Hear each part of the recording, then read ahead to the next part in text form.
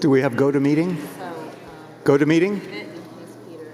All right, good evening, everyone. This is the Wolfeboro Planning Board meeting for April 1st, 2025. My name is Doug Breskin. I'm the chair of the Planning Board. To my left, we have Vaughn Dugan, Roger Murray, and to my right, we have Steve Webster, Nancy Willey, Kathy Barnard, who's serving as an alternate, and Julie Jacobs as an alternate. Kathy and Julie, since we're shorthanded today, can you serve as voting members, please? Sure, I will. Thank you.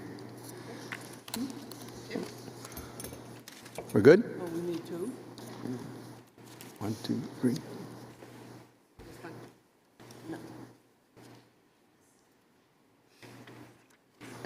I don't think we can have an alternate for the select. No, we can't. No? All right. Can't do that. Okay. We don't have any preliminary consultations this evening. The first public hearing for Gia Realty Trust, they've asked for a continuance to May 6th. So moved. So we'll have a motion to continue it, and Roger has seconded it. All in favor? Aye. Very good. So they'll be continued. The next item on the agenda is the David B. Cato and Beth Tomasello and Philip Quantararo, Revocable Trust, Boundary Line Adjustment, 38 and 56 Island View Road, Tax Map 222-3 and 235-5, Case 2025-09. This is the formal submission and public hearing. Randy, would you like to kick us off? Yes. How's it working? Randy Tatro, Norway Plains, for the applicant. I came before the board, I think, a 3 weeks ago on the preliminary. Are you guys hearing this okay? Not well. Not well? How's this? Oh, that's a little bit better. Okay. I came before the board on a preliminary 3 weeks ago. This is a minor lot line adjustment between two parcels located on Island View Road, which is a private road off the northerly side of Pleasant Valley Road. It borders Lake Wentworth. The main parcel, 235.5, was, I believe, a former girls' camp. The Ketos, David Keto and Beth Tomasello, had a situation a year or so ago with a failed system. They had a shoreline permit and a septic design done. They needed additional half an acre of land to place the leach field on the back side of the house away from the lake. That was all approved by the state, was installed. They got a recorded easement from the Guadataros at that time to be able to do that in a quick fashion. Since then, they've agreed to actually purchase the property in which the septic leach field is on, and that's basically why we're here tonight. The area, as shown, you have two sheets. One is a overall that shows the total existing parcel. The other one is a blow-up that shows a little closer view of the half an acre that's being added onto the existing lot. I believe it brings the lot into either conformity or nearly into conformity with the 1 acre shorefront requirement. Again, both lots have developed situations on them. In Keto's is existing situation, proved septic. It's noted on the plan, and the large lot as well. We're asking for waivers to site feature requirements, topo, wetlands, soils type information because of that fact. The waivers were submitted. And obviously, the reason for that is the development part. No further developments being proposed at this time. So with that, I'll open up for questions to the board. Does anybody have any questions? And you do meet the form factor. Yeah, the form factor works, and we do have it on there. These are pretty square parcels, so it worked pretty easily. But I think there was a question in the preliminary where that was shown on the plan, and we put a box around it. if I remember right. I can walk over to it if you guys don't see it. And again, form factor maximum is 35, so these well meet that. Again, it's on a private road. It extends from northerly from Pleasant Valley Road, and access and frontage doesn't change on this application. Randy, I see that you've requested some waivers. Would you like to speak to that? Yeah, basically what I was just saying. The waivers, as stated, have to do with site features as far as topography, wetlands delineation, and topo, which are checklist items for any, in the subdivision regulations for any subdivision or lot line adjustment. And again, the reason for the request, or the justification for the request, is the fact that both lots have already had a fully developed situation. That information is on file with the town already with the septic designs and the shoreline permits for either lot. It just didn't need reiterating on these plans for what we're doing. Does that suffice? Yeah, just for completeness, I'm going to read into this the waivers, section 174.7.d.4, existing and proposed topographic contours at 2-foot intervals. 174-7.d.5, location of groundwater percolation tests and test results. And 174-7.d.6, soil mapping types, slopes, and boundaries, including location of soil tests. Those are the waivers that you've requested. So I'd request a motion to grant those waivers. Would anybody like to? I'll make the motion. Second. Roger and Vaughn, thank you. All in favor? Aye. Aye. Any opposed? Very good. The waivers are granted. Any other questions from the board? Are there any members of the public that want to talk to this? Well, we're going to see if we can accept the application first. Oh, sorry. All right, I'll make a motion to accept the application as complete. Second. Roger seconds. All in favor? Aye. Aye. All right. We'll open the public hearing. Would anybody from the public like to speak to this application? Seeing none, we will close the public hearing. Any further discussion from the board? Seems pretty straightforward. All right. We So have some. I move that we accept this application and approve it. I can think of not a single reason why this is objectionable. The lot becomes larger, all the utilities are on the lot. It's more compliant with the zoning. I can't think of a single reason to not approve this. So I move that we do. I second that. All right, all in favor? Aye.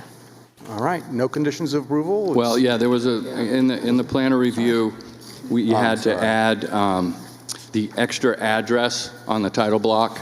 I think the first time we only had one of the addresses on there. I got it highlighted on there. You guys can take a quick look. We can change that. The only other thing would be the monumentation of the new lot corners, which is usually included in the notice of decision.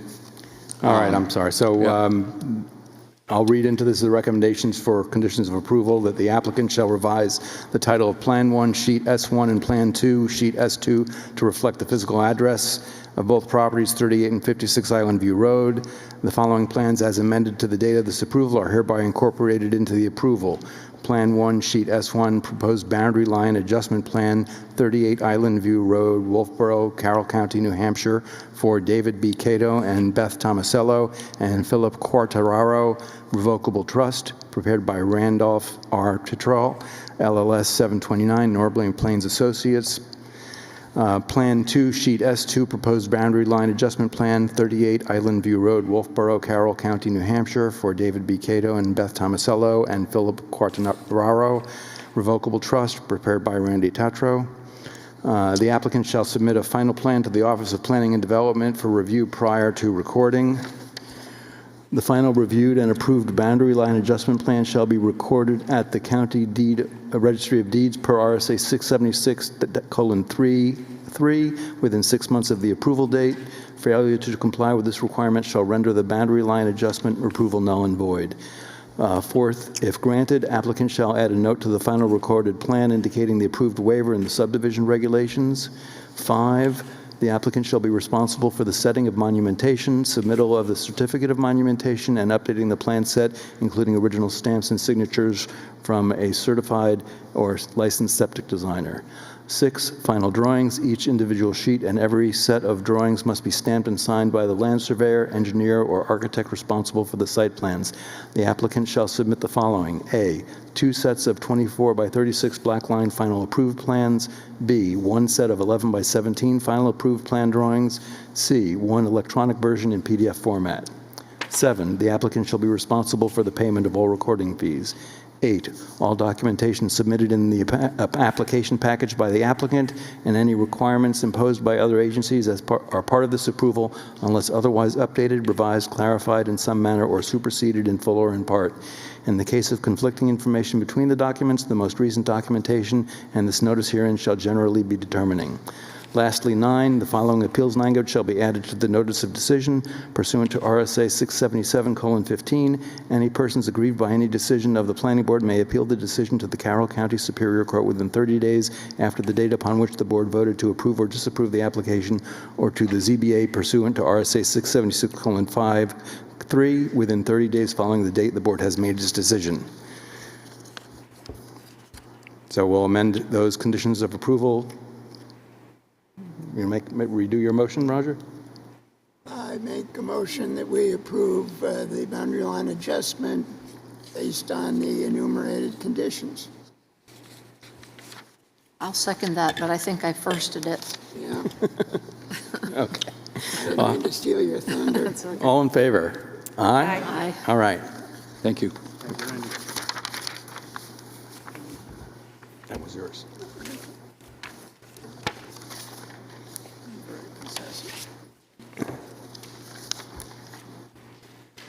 All right, the next item on the agenda is the New Hampshire Lakes Region Pickleball Club and Wolfeboro Center LLC site plan review for the pickleball facility, Center Street, tax map 133-028, case 2025-10, formal submission and public hearing. And who do we have to speak to this? And I think there's some people in the audience who are interested in this. Could we turn that so they can see it as well as the board?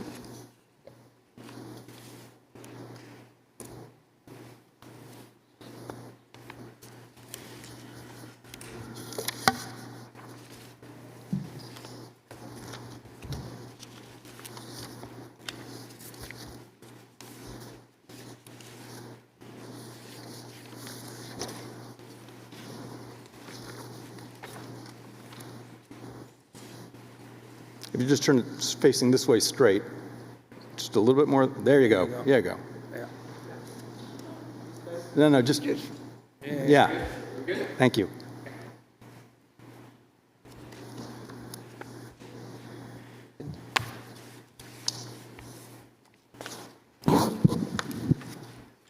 Can you hear me? Hi, I'm Paul Blanc with Norway Plains Associates. I'm here representing New Hampshire Lakes Region Pickleball Club for the pickleball center here located If you could hold the mic a little closer. right by here. There you go. All right, good. Everybody got me? All right, here we go. This project's located on tax map 133, lot 28. It's got approximately a little over 34 acres of land. This was once a sand gravel pit. This is located in the RA and RR districts, rural agricultural and residential districts. This plan is not within a flood zone. And let me go right to this section.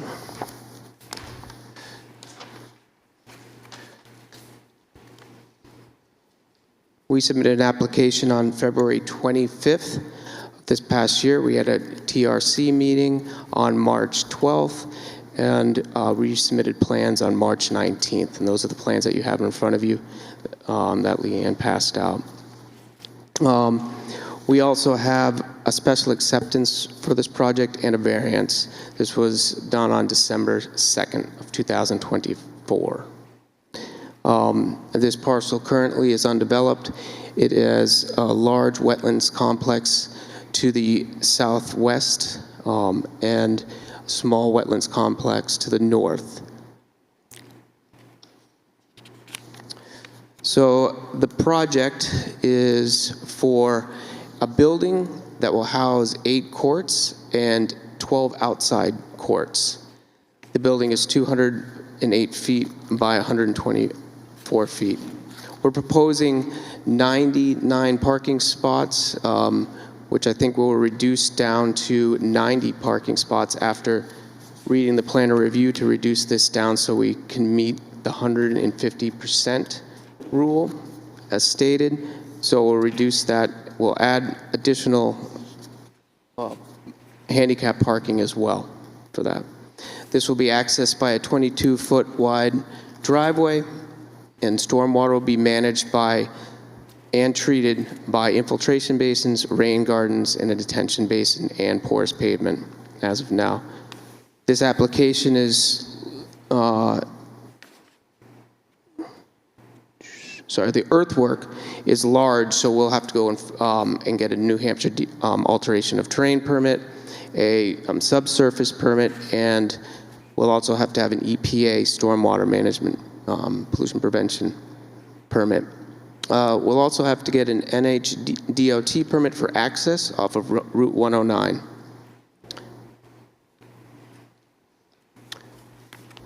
The total impervious area that we're proposing is only 8% of the total area. All stormwater will be treated and meet the standards that are outlined in the stormwater regulations. Ty and Bond had reviewed this. We had an engineering review, and we got their comments, and I agreed to all their comments. I just received the plan review, read through it, and we could meet all those requirements. We have a lighting plan, we have a landscape plan, a truck turning plan, a site plan for distance and safety exiting and entering the site, and a full drainage report and analysis was done. Test pits and infiltration testing is being done as we speak.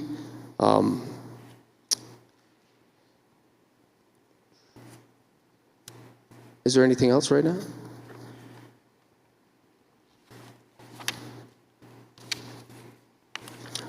I believe you asked for a number of waivers, is that right? There are no waivers. No waivers? Okay. No waivers. We're just asking that you accept this as Okay. complete. Any questions from the board? And just a clarification, I think the wetlands is the southeast corner, the massive wetlands. I think you said west. Oh, sorry. Yes, southwest. Southeast. I did it again. Little dyslexia there. Yep. There is a small little spot right here. Right here. This site also has potential vernal pools. We just can't evaluate that until the spring. So when we designed everything, we just took that into consideration and made sure that we had a 100-foot buffer setback to all Did you that. say vernal pool? Is that what you said? Potential vernal pools. pool. We don't know if they're there yet until the spring. So we just designed around that. It just makes it easier. So one of the things I recall from prior investigation into this site was that they had some difficulty obtaining water. Have you addressed that? So what their yield was not there for their use. We have a different use, so the demand for it is not needed like they had. I believe that was for, was that for an Alzheimer's center? And so the use was much greater. This is just some bathrooms and some showers. So it's, I believe there are 3 30,000-gallon cisterns that are going to be located on site, which I assume are for firefighting. Is that correct? That's right. So that was, Chief Zadi recommended that, yes. Yep. And do you have a plan for how to keep those full? We do. We do have a plan for that. So initially we'll have, it's best we truck in the water, but otherwise what they want to do is feed that with the well. there's a whole system that we've been talking about. Well, I'm just, based on the just prior discussion about having difficulty getting water, I'm wondering if you're going to have enough to fill the cisterns. That's why we would truck it on initially, Okay. and then as it goes down, it stays there. Yes, we've had this discussion. Okay. So Yep. it's not A going to be, lengthy discussion. it's not going to be part of the drainage system? The cisterns? The cisterns, it's not going to be, you've got a lot of court space there that's flat with a lot of water runoff. You're not going to use that water to run into the cisterns as well? Or is that water just going to go off into the drains? It's not planned that way, no.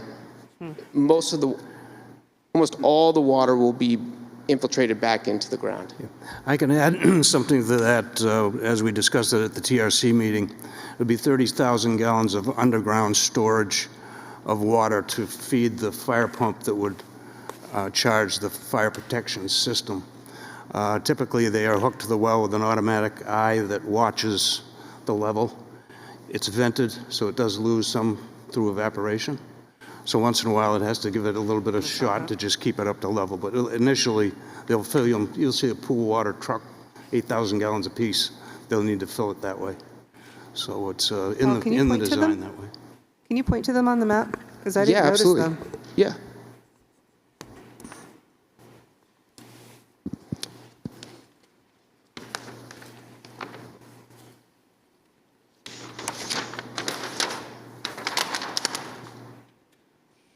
The cisterns would be located in this area right here. All three of them together? Yeah, they're in, yes. Yep. Why is that? So this is the fire truck turnaround, and Chief Zadi thought this was a good spot right up there. Yep. Right next to the fire truck. Yeah, Smart so idea. the trucks come in. Yep. And so the utility room is here, and the well is up here, so we would plumb that in that way. It's the shortest distance, it's the most economical way to do it. And who monitors whether the cisterns are full? So there's a gauge, and so whoever's doing the maintenance, they would do that. That's all part of the. So is there an alarm system? There can be, and sometimes we do put ones in. So there's like a gauge on there with this little dial that sits up, and it's like a floater.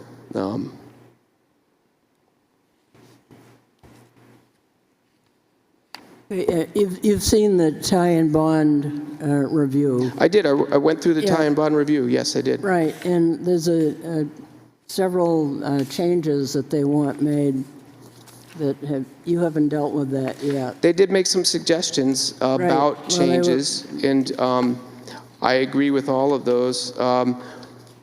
Some of the changes that they suggested was possibly, and which you'll see here I've already done, added handicap spaces over here.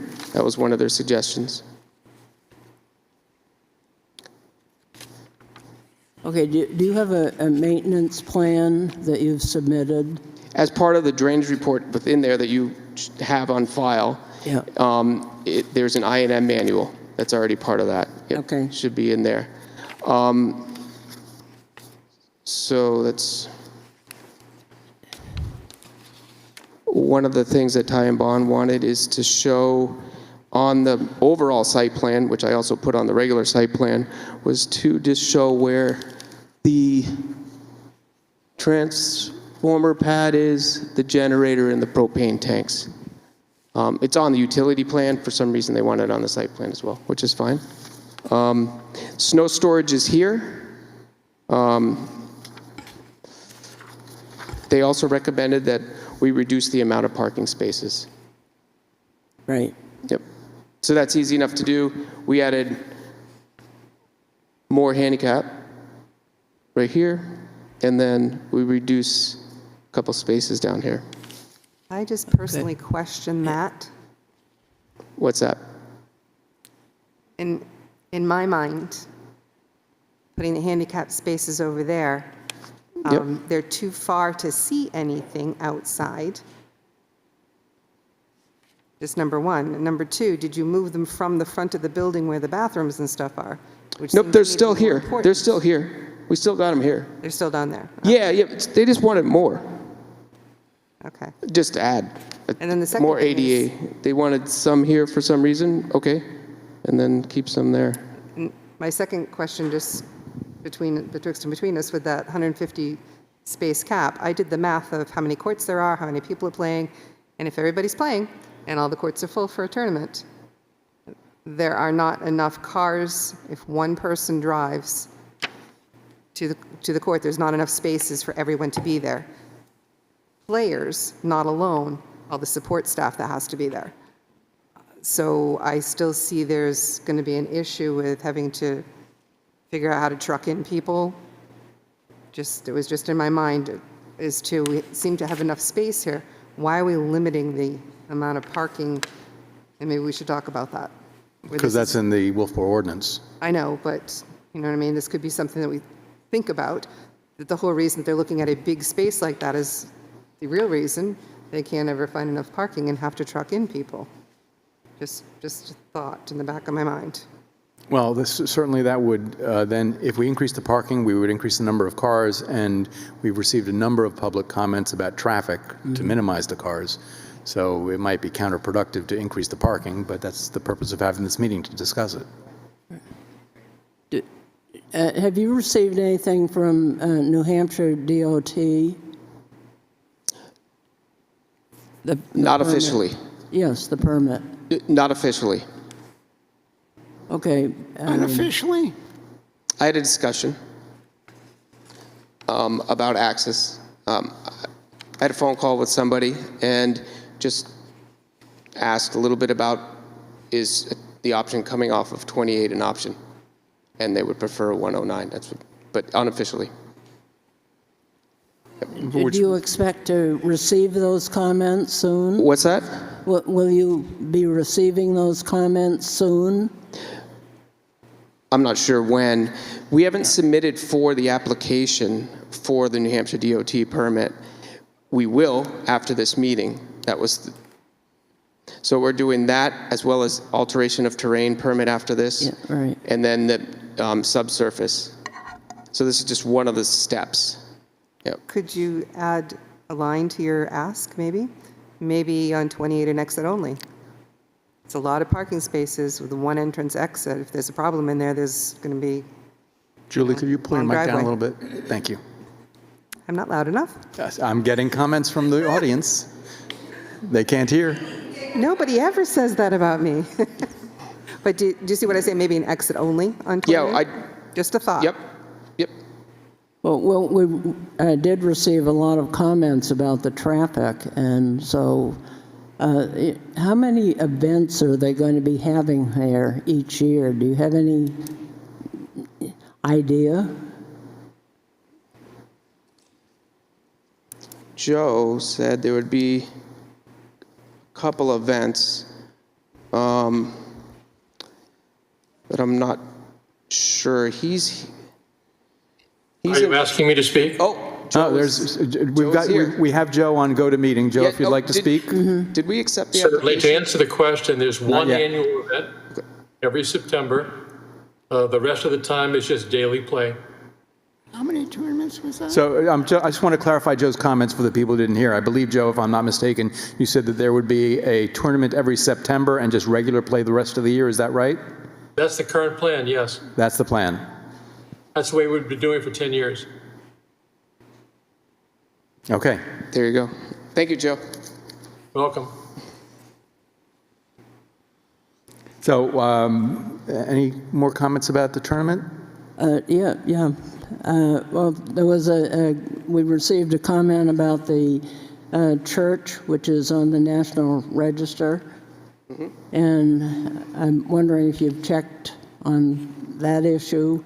I don't know or if it's if an issue. the Historic Preservation Commission should take a look at this issue and see if they feel as if the church is protected enough. Kathy, I'm not sure what your question is. I'm just saying, should we have the Historic Commission take a look at this So and, the Wolf, and see if the... should we have the Wolfeboro Historic Commission Yeah. weigh in on it? Yeah, right. Very good. So I'm the Paul, planning can you board flip the map back? member a representative to that commission, and we have an expert on such topics in our audience, so maybe at some point she can address how these national historic registrations function. So there's somebody here? Yes, there is. So when we get to the public input portion, then that person can speak. Great. Did you want me to point out where the church is? Point your finger on Yep, the church. yep. So we're talking about the church right here. What is the white rectangle just down from the church To the right? on the, Right here? yeah, That's just a parcel of land. and who owns it? Is that the It's a town? utility. Who owns it? I think it's Wolfeboro Utility. It's just got a transformer right there. Electric? Yeah. It's exactly 100 by 100 by 100 by 100. Hold the mic up. Oh, it's exactly 100 by 100 by 100. It's this. Somebody carved it out years ago. So there are a couple of more items that were in the planner review. One is that the approvals that you received from the Zoning Board of Adjustment do not include the function room facilities that are shown on CP1. Would you like to address that conflict? So I just got this. Yes, so did we. So I was trying to read through them. So on page 4 at the top, on item number Okay, hold on. 6.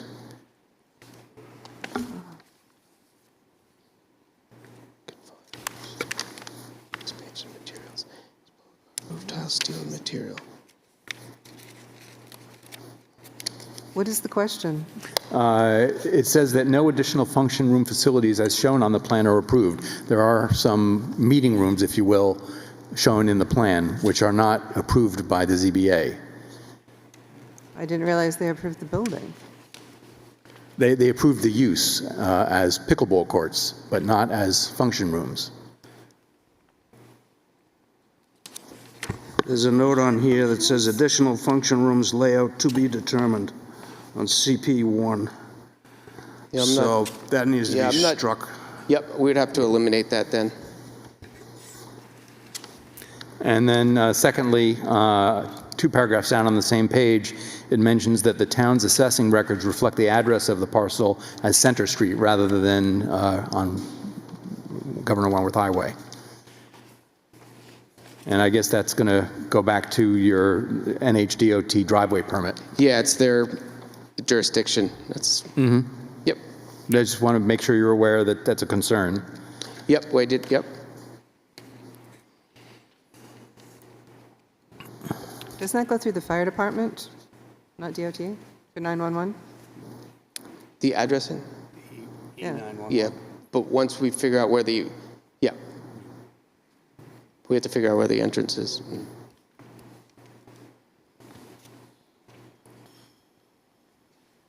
One of the other concerns in the planner review, it's on that same page halfway down under landscaping.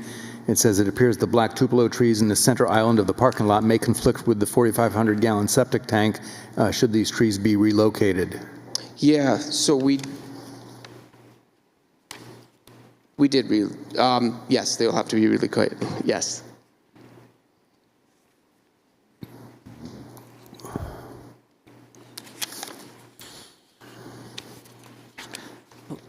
Can I ask a question about lights? of course, go ahead. Okay, Paul, at one of the meetings, I've heard this presentation a couple times at Wolfeboro Waters and TRC, but you talked about the entrance lights. Are there going to be street lights Oh yeah. on the entrance road, or how are you going to deal with that? Yeah. There's the lighting plan. So we have a lighting plan, and in that lighting plan, it showed the lights would going up the driveway to illuminate it. We would love to eliminate some of those lights if that's what the board would want. We could do that. Are they matching the court lights? There are different lights. There's specs in your packet as It looks similar requested. to me, that's why I was asking. They're not the same? She was just Julie, if you asking could if they were bring the your mic same or down. not. Julie? If you could bring, Yeah, I was asking if the lights were the same as what was lighting the court, because this page looks the same to me. No, there's in this packet Oh, in that that you one. received, the specs are in there, the specifications for the lighting. That was a request that the planner asked to help clarify which lights were where. So they are different, just.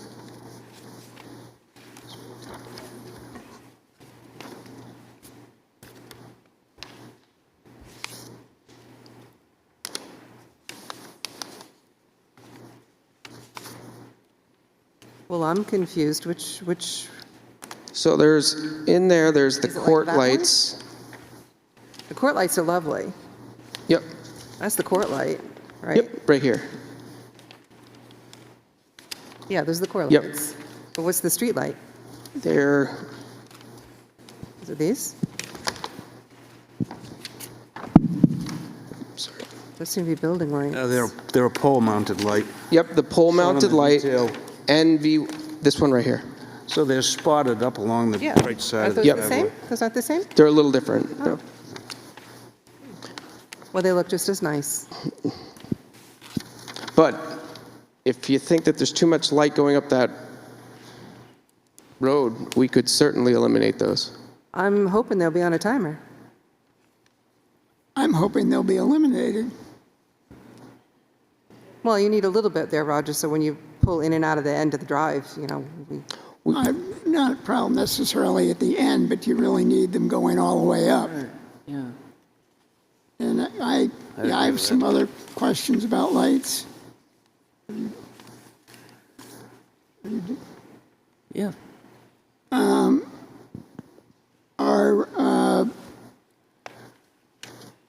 Are the lights, are the lights going to be on whenever the facility is open and it's dark out? I'm assuming the lights on the outdoor courts will not be on in the winter, is that correct? That's correct, yeah, right. And they're, exactly. What would- We could eliminate a lot of these lights. not on the courts. Right, up that driveway. Yeah. And We could even change those type of lights to have those low bollards, if you want. I'm not a big fan of lights, Yeah, in case you may have noticed. yeah, I'm not a big fan of them either. So it would be fantastic to get rid of them. What are the hours of operation going to be? So, Joe, you still here? yes, he is. Still there. Hello. Joe, they were asking about the hours of operation. Is there really, what's your sense on that? We'll never get past 8 o'clock at night. Once it gets dark, the pickleball players tend to get tired and they go home. So we have no plans for a late evening operation whatsoever. So what were the hours? Well, if you're looking at the summertime, Roger, when the outdoor courts could be used, you'd probably shut down by 8:30. What time would Right now, they, we're doing it 3 nights a week. what time would they open?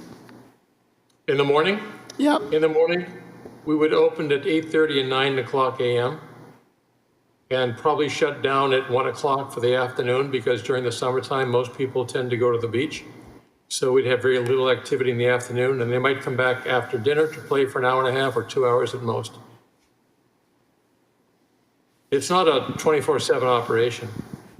but it sounds like it might be a 12-hour operation.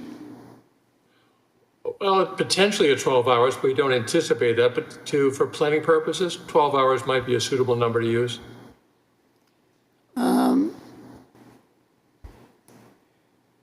Noise was addressed by the Board of Adjustment, and they asked about a noise mitigation plan.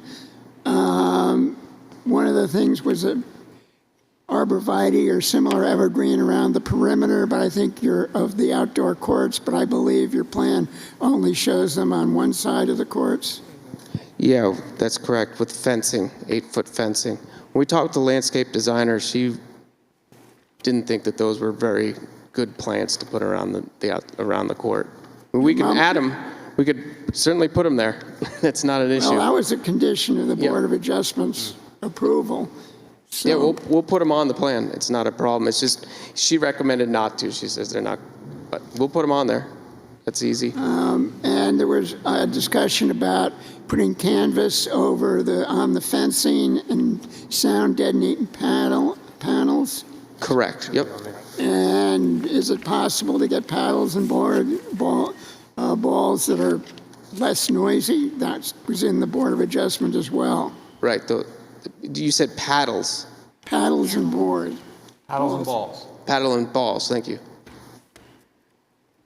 I think May I speak? you're stuck with that, I think. I think you're stuck with the sound. It is. I'm it asking is whether pickleball. that's feasible. No, actually, Julie, there are paddles and balls made that are intended to reduce the sound. It would be lovely because it's an annoying sound. Well, everybody's got their opinion on that. Yeah. May I make a comment? Yes. Okay, we are obligated to use USA Pickleball approved paddles and balls. We can't just take them off the street. They have to conform to certain national standards.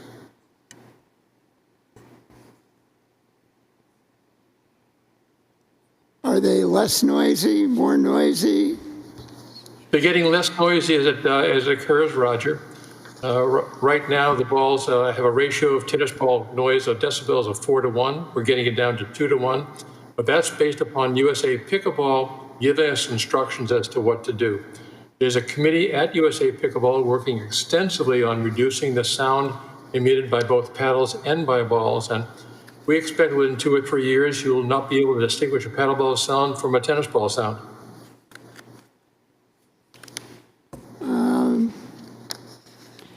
Now that you're reducing the parking, and I can certainly see a desire to reduce the number of spaces, but on one of the input we received, there could be as many as over 400 people show up at a tournament. Are you going to have adequate parking for that? If you'll permit me to answer the question, the number of 443 that showed up in someone's email is erroneous. We've never had that many people. The last year was the highest number, which is 383. So where those other 60 people came from, I'm not aware. But it's also true that when we do have 383 players or players participating, the parking spaces at Foss Field have been more than adequate. No one has had a problem.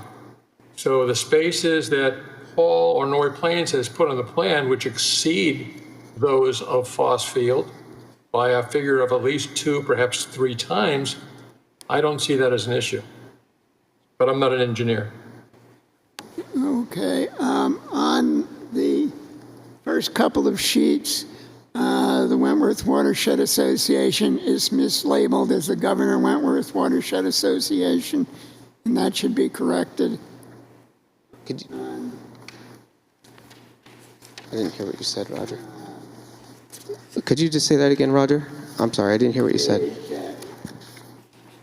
Sheet A1 and C1 refer to the Wentworth Watershed Association as the Governor Wentworth Watershed Association. Oh, okay, I see that.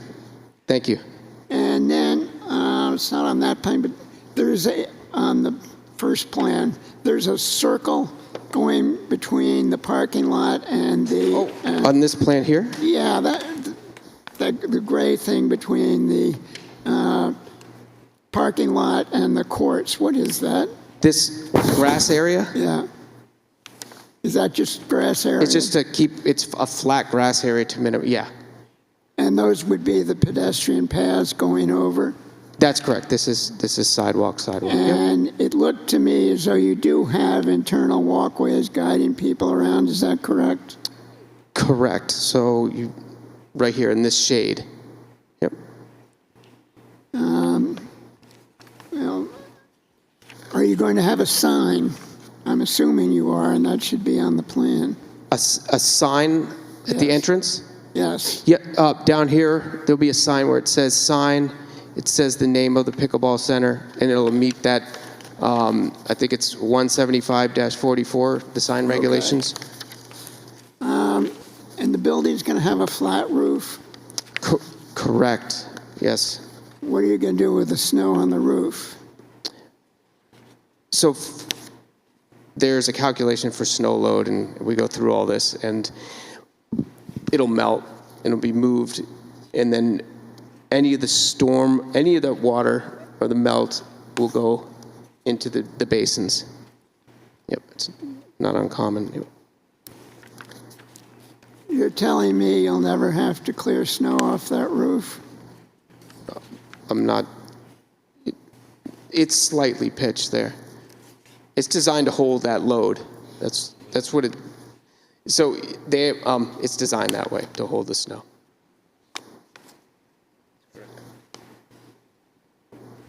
If they have to shovel it, they have to shovel it. No? And then what would they That's do what with the happens. snow? I think Roger's question is if they have to shovel it, where does it go? Oh, is it?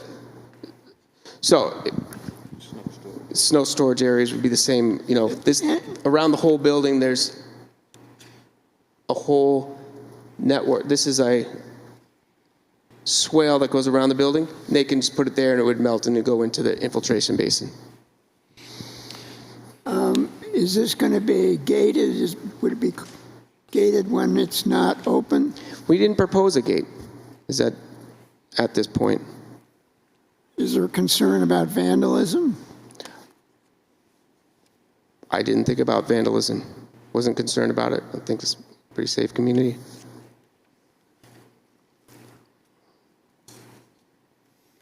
I think probably the worst thing that would happen is somebody would sneak on the courts, but there's no lights, so they can play at 6 a.m., I suppose.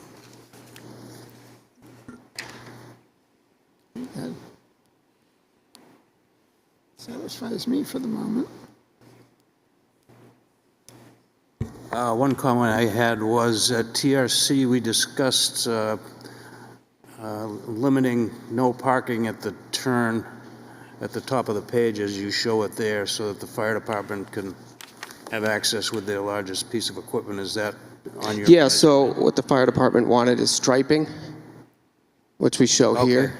Yeah. And then they wanted a sign here that says no parking fire lane. Fire lane, No okay. parking fire lane here and here. So you added those, and Yeah, we added the those. cisterns are there so they can have their fill and draw lines close to that access point. Yep. Very good, thank you. I did have one other question. You're moving the entrance from where it currently is down towards the church. Is that to get it up on that rise that's there? That's correct. Yep. To get the line of sight. I drove over there this afternoon, and there's quite a buffer between the church and the main part of the site. Is that going to be remaining as is, or what's the limit of cut there? Yep, so we're minimizing that as much as possible. So that's what you see in green right here, dark green, Yes. will be all wooded. Yep. How far is that from the edge of the church property to the driveway? I can't see on the scale.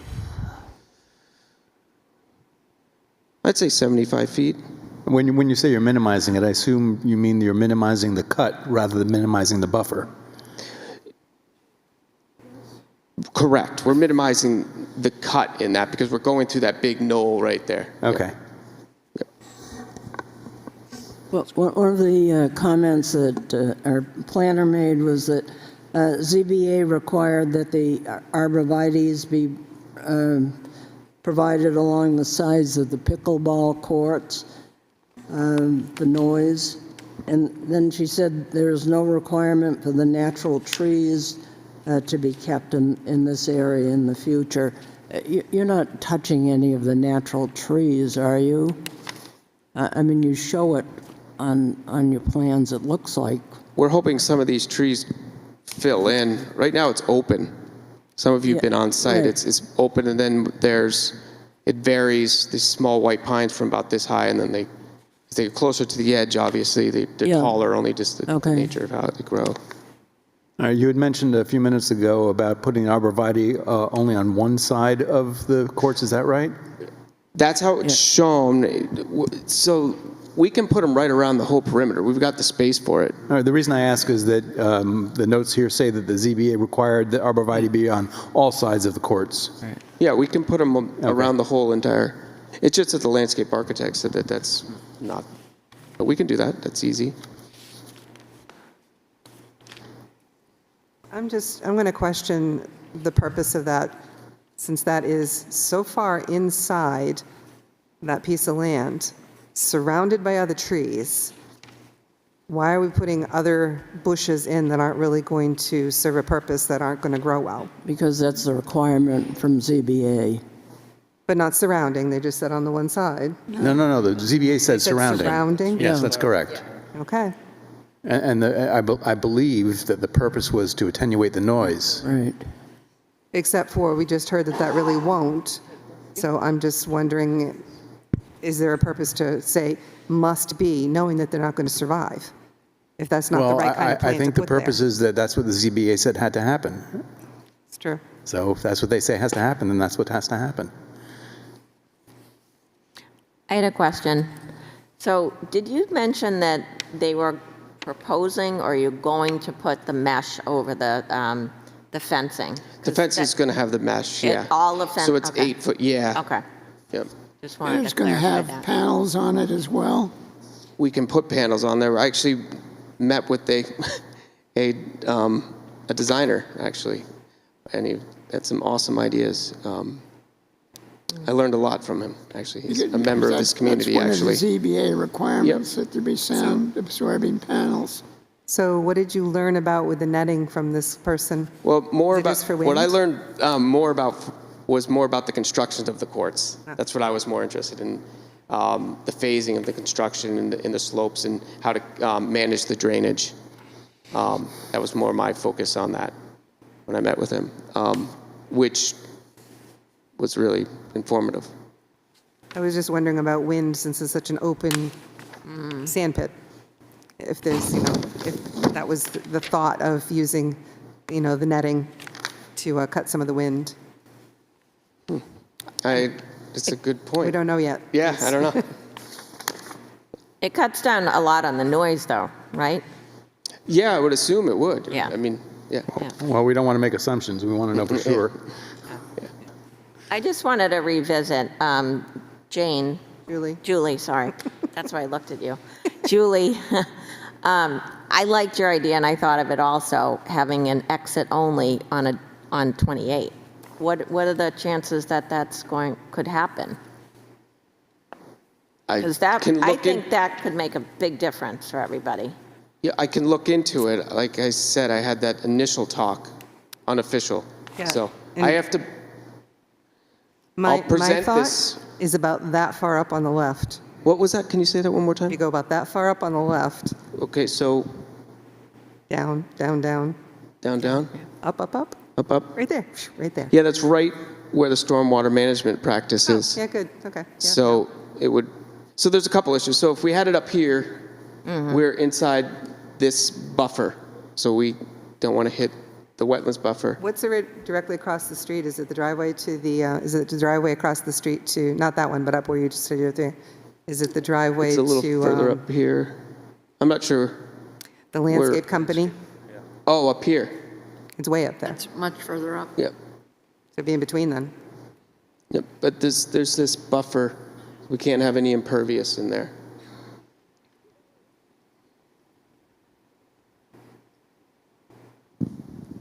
And the impervious coverage figure is awfully small on this. What is the coverage?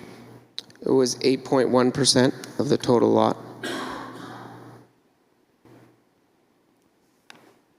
And I included the parking lot in that calculation because it is porous pavement, so it really isn't. But I did include it based on, so when this parking lot is sloped right now, and you wouldn't really do that if you had a porous pavement parking lot, because you're just going through, you wouldn't need that, right?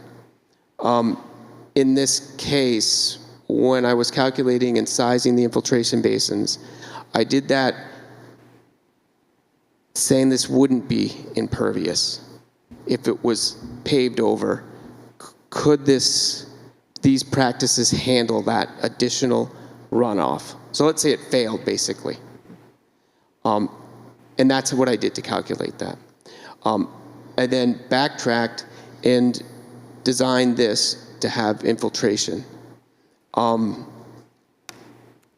So We just got some initial numbers of cost for porous pavement versus regular pavement, and there's a little bit of a difference. So, Like a little big difference? yeah, so I'm going to have a discussion, but Ty and Bond recommended that in there that we might want to put catch basins in here if this did fail to make sure this directed to a stormwater management practice. I do not disagree with that. I've actually have I used 8 catch basins that with deep sumps and hoods that would direct to this and then go out. So it's just a matter of recalculating that and then resubmitting that, But the numbers in the end, I know that we'll still get the reduction, the treatment that's required. We are doing extensive infiltration testing right now because I know that's going to be a requirement for the New Hampshire alteration of terrain permit. It's not a requirement for your stormwater, but we knew that would be a good idea to do, just based on it being a gravel pit. And your stormwater report addresses removal of total suspended solids and nitrogen and phosphorus? That's correct, at those rates that are The outlined. 80 and 50%? Correct. 80% total? Correct, yep. That's why we're using the infiltration, because it's your best treatment. It's easy to maintain.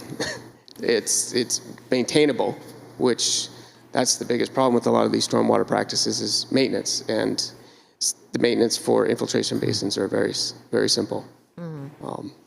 The driveway now, that long driveway, is that a 2-lane?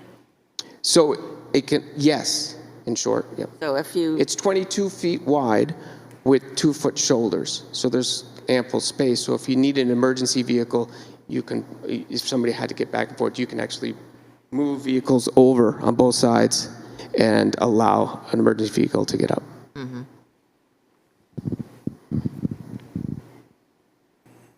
Any other questions from the board? I just had that one other question about where you were talking about the interior of the building. What was the bit about the extra rooms? What's your question? Something about the extra rooms? So for- there are rooms shown, there are spaces shown on the plan as function rooms, if you will, and those spaces were not approved by the ZBA. They approved this plan for pickleball courts, which does not specifically, it's pickleball courts and associated locker rooms, but it does not specifically include function spaces, which would be a separate use, as I understand. Okay, because I just looked at it and it says registration, like the office. So that wasn't part of it, huh? Correct. Is that an addition? I just wonder what ZBA got. Was that bump out there included? No, the bump, are you talking about this little bump here or Yeah, here? right there, the offices. Nope, the other one. No, this one here? That one, yeah. This bump out was always there. It might have been labeled something different. The plan shows accessory registration and in a conference room and so forth, which they would use as part of the pickleball operation. During ZBA, they talked about possible function rooms added later, which the ZBA did not approve. So where would It's they noted on be? this drawing, so that's why we're recommending that be removed, because function rooms are not going to be allowed. Julie, if you look at page CP3, I finally found and then it. you'll see a first and second floor. Yeah. And there are rooms that are unlabeled. On the second floor? Yes, there's adjacent to the open viewing area. Oh, I see what you're talking about now. Yeah, they have nothing on them, okay. More pickleball courts up there.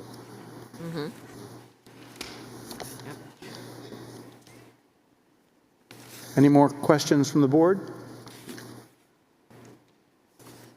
All right, so we're now at the point where we would consider the application as complete. Given the number of changes or suggestions for changes to the plan, both from Ty and Bond and from our internal planner, and then the open question about the driveway and traffic, I would think that we probably would want to see an updated version of these plans before we would accept it as complete, but I'm open to comments from the rest of the board. I think we have members of the public here, and I would think we would want to give them an opportunity to provide some input, which might also be helpful to the applicant. All right, can we open for public comment before we accept the application as complete? Yes, we can, yeah? All of the required documents have been submitted. Yes, that's true. Yeah, right.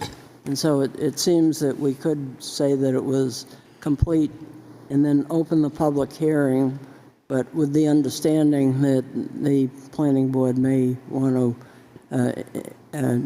Require some changes to the documents. Yeah, Yes, that's right. true. And All have right, it so come back. that's fine. I will then make a motion to accept this application as complete. I'll second it. Roger seconds. All in favor? Aye. Aye. All right, and that's the case. We'll open this to public comment. Before we have anybody speak at the microphone, I'd like to mention that we did receive public comment via email or snail mail from the following individuals: Louise Masailo, I apologize if I'm butchering these names, Nancy Nazaro, Beth Baldwin, John Amrich, Dave Galvin Forrest, Grace Galvin, Alice Galvin, and Lucy Galvin. And in my reading of the messages or the letters we received, most of the concerns were about noise, preservation for the adjacent historic building, and traffic. And if anybody from the public now would like to get up and speak, please do so.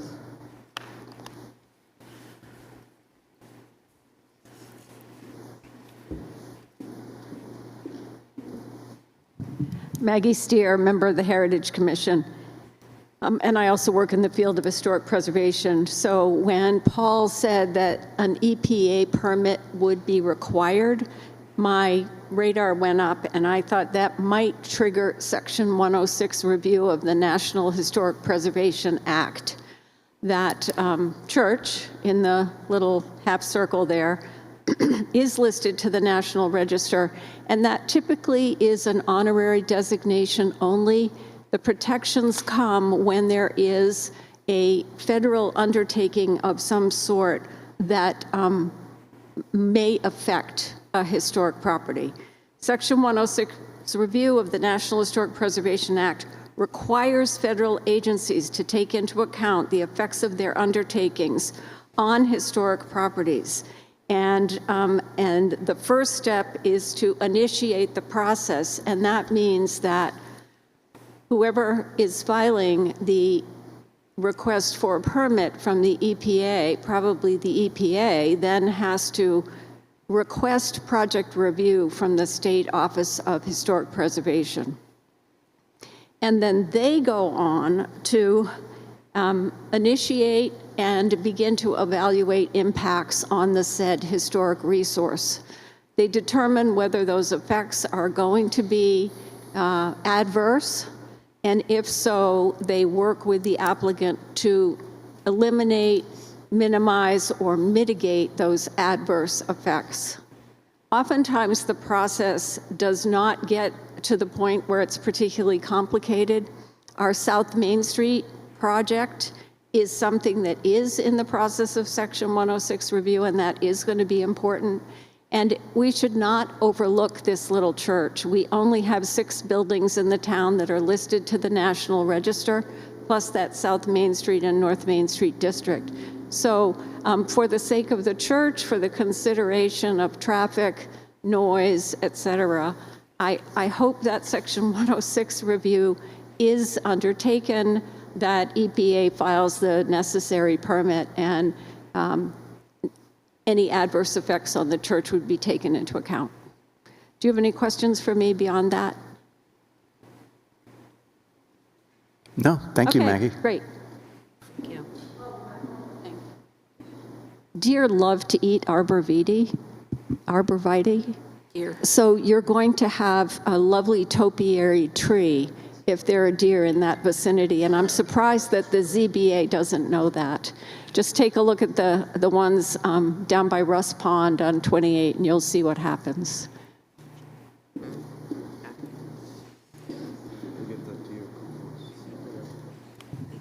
Good evening. Julie Brown, Wentworth Watershed Association. I'm just here to say thank you to the applicant. We requested during the review, they came to Wolfeboro Waters ahead of time. They gave us plenty of notice. We had a chance to review the initial designs and ask for a lot of alterations based on the design. And based on the application I saw today in the planning office, they adhered to all of the recommendations, and they really are following the stormwater regulations. Although it's near a wetland, they've done everything that they needed to do and followed the very comprehensive stormwater regulations. And so as far as water quality goes, if they follow the plan as prescribed, I feel confident that the water will be protected. My only concern remains in the idea of installing pervious pavement on that large of an area.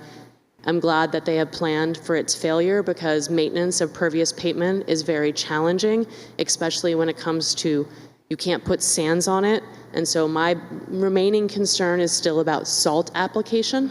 And so if they're going to install pavement that is impervious because of being cost prohibitive, that if they install regular pavement, which is what I anticipate, they've accounted for the stormwater.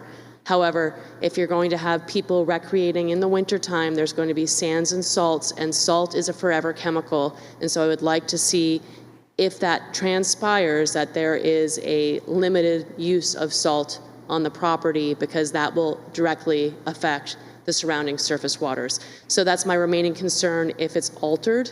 But beyond that, I want to thank the applicant for being so thoughtful and intentional about water quality. Thank you. Would anybody else like to speak?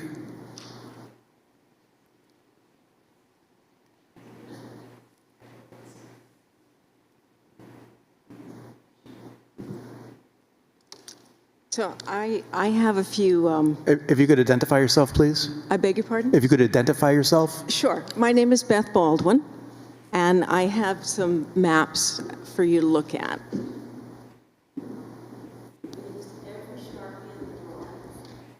Very amateurish, so I'm sorry about that, but I have to work with what I have. I've seen worse.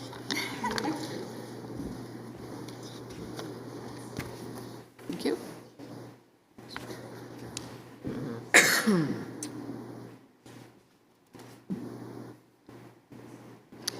So I'm Beth Baldwin, and I live in Wolfeboro over by Fernald Station, off of Route 109. I've been here for 69 years. I know Wolfeboro Center. My grandchildren are the 6th generation of my family to be here. My great-grandfather preached at the Wolfeboro Center Community Church in the early 1900s. I am deeply invested in the place. I know Wolfeboro Center. There is enormous momentum from the New Hampshire Lakes Region Pickleball Club for the Vander Heyden Family Pickleball Center to be built at Wolfeboro Center at the intersection of 109 and 28. I am not happy about this, even though I play pickleball. I'm not happy about the lights. I'm not convinced that during services and funerals at the Little White Church that you won't hear the pop, pop, pop during the service. My 2 sisters' memorial services were at this historic, unique church, and I think mine will probably be there too. What I want to talk about, though, is traffic. The burden of the traffic generated by this new facility should not fall to the current residents alone to adjust to the new reality. With some changes to the plan, many of the traffic problems can be addressed. There's 2 important points. First of all, this is a very big sports complex. The biggest pickleball complex in New Hampshire and one of the biggest in New England. There will be traffic. The traffic is better suited for Route 28 rather than 109. And secondly, this is an important intersection in town.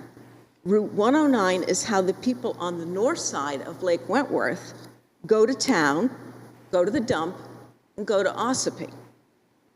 This includes Wentworth Park, Roby's Campground, Jean's Beach, Governor's Shore, Camp Birchmont, everybody along that side. It's a main route into the town from Brookfield and Wakefield and from Route 16. Adding a big pickleball facility between the stop sign and the rail trail crossing doesn't look like such a good idea, and it certainly deserves careful study. The traffic analysis submitted with this plan has speculative inputs. It's a model. It doesn't take into consideration what the base traffic is. No one has measured base traffic in the summer there. The model doesn't include the surge traffic when tournaments take place. It doesn't include the stop sign at Route 109. Nobody has done any real measurements. The town needs to get some real data before agreeing to anything. As a starting point, here are some numbers from the New Hampshire Lakes Region Pickleball Club Facebook page. Is that better? All right, how's that? Much better. Whoa. That's all right. Thank you. So the town needs to get some real data before agreeing to anything. As a starting point, here are some numbers from the pickleball folks themselves, from their Facebook page. In 2023, there were 60 volunteers and 350 players at a tournament that lasted 4 days. That's 410 participants. It's a lot of cars and a lot of people, and I know because I volunteered at that tournament. In 2024, there were 443 participants, both players and volunteers, at the 4-day tournament. The parking all around Foss Field is jammed up on those days. There are far fewer courts at Foss Field. There will be bigger tournaments at the new center. That's why they need all those 99 spaces, which, by the way, edged up from the original 60-odd spaces. All 99 or 90 or whatever will get used during the tournaments. Tournament traffic will be a nightmare for the rail trail crossing down the road.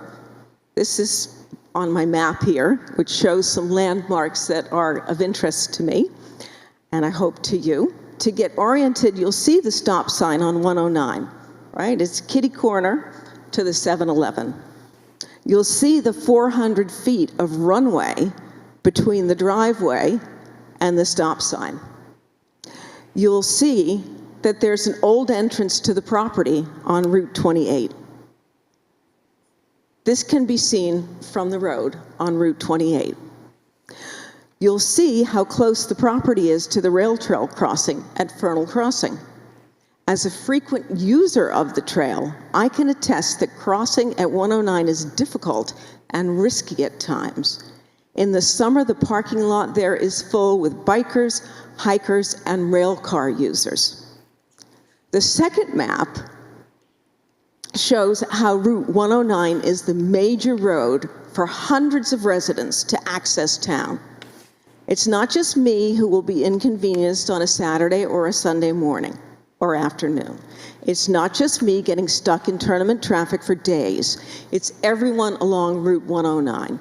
And the only way to change that is to go up Bryant Road and across College Road. And we, as the residents, shouldn't have to make that concession in order for them to put their driveway on Route 109. The solution to these problems is either to locate this pickleball center elsewhere or to locate the entrance and exit on Route 28, not 109. Route 28 doesn't have a stop sign to slow down traffic. Route 28 handles the entrance and exits to numerous businesses. And the address for the property is Center Street, which is Route 28, not 109.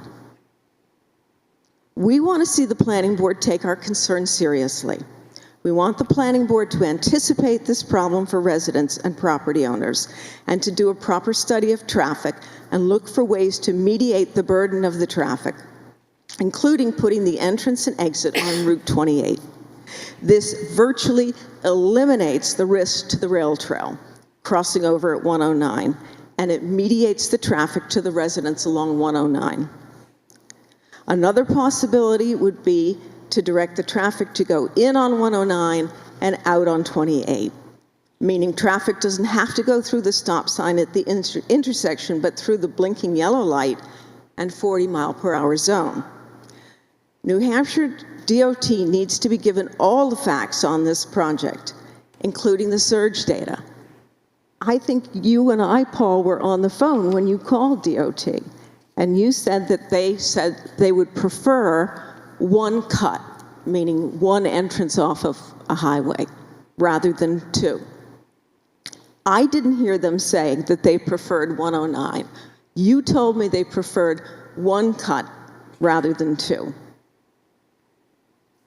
So if DOT prefers one cut, it's got to be on Route 28. Finally, the New Hampshire Lakes Region Pickleball Club shouldn't be allowed to create the tournament traffic nightmare at will. Joe says there'll only be one tournament, and he says that's what they've been doing for 10 years. But this is a whole new ballgame. This isn't Foss Field. These are 20 pickleball courts and 99 spaces. The number of tournaments should be limited or permitted or both. It seems very possible that the Vander Heyden Family Pickleball Center is going to be built at Wolfeboro Center. That doesn't mean that the New Hampshire Lakes Region Pickleball Club should get everything they want the way they want it. The burden of the traffic generated by this new facility should not fall to the current residents alone to adjust to the new reality. I'm asking for three things. First, that we gather actual data of summer baseline traffic in that area, that we use actual tournament traffic numbers and plan for the traffic. Don't just let this happen to the town.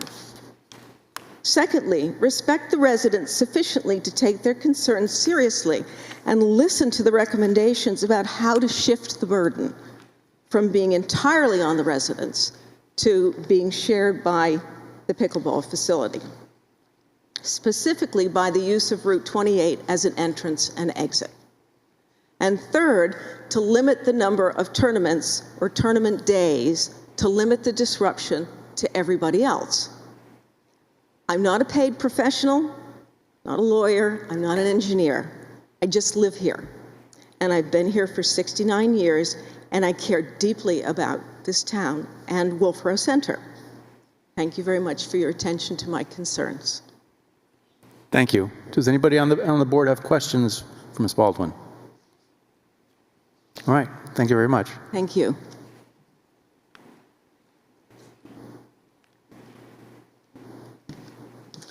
Good evening.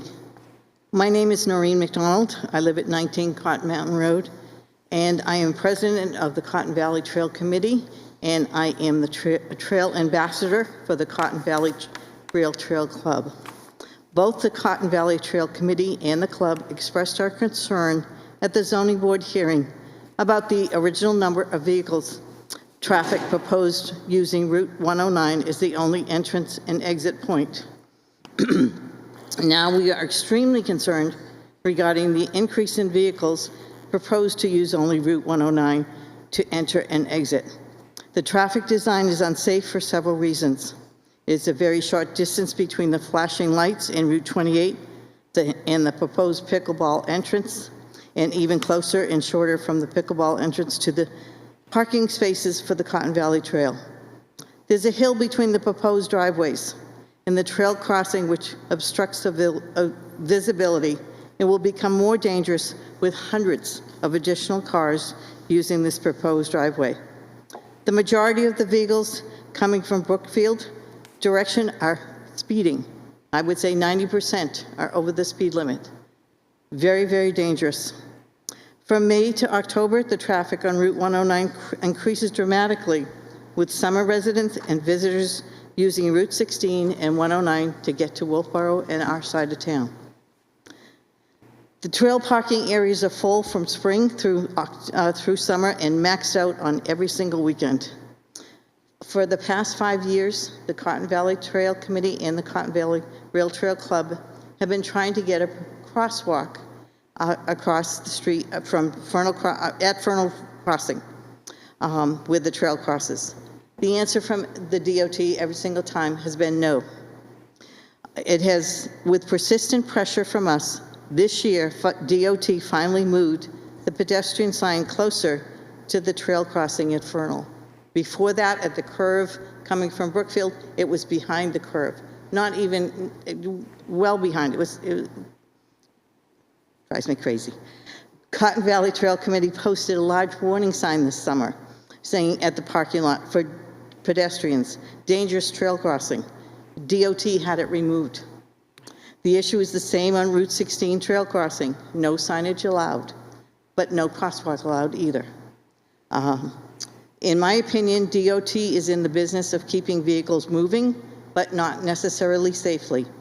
How many people were killed in accidents at Route 171 and 28 intersection before DOT created a solution? And 2 of those were really good friends of mine that didn't have to leave us. Now is the time for this planning board and for the town of Wolfeboro to protect its citizens and visitors, whether they're enjoying the rail trail, the pickleball facility, or commuting to and from Wolfeboro using 109. The best solution for this is to use Route 28 for the entrance and exit for the facility. Drivers that are using that road are used to cars entering and exiting from businesses all along that main road.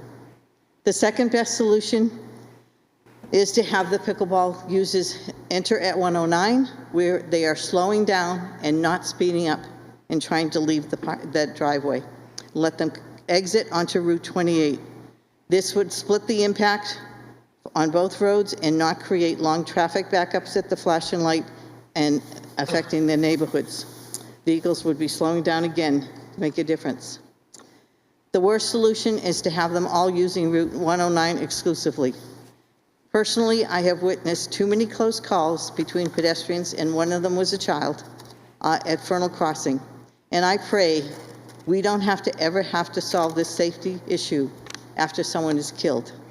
Please improve the situation while we can, while the design is on paper, while we're talking about it, not after something happens. And it will at some point in time. Thank you for hearing me out. And Thank you.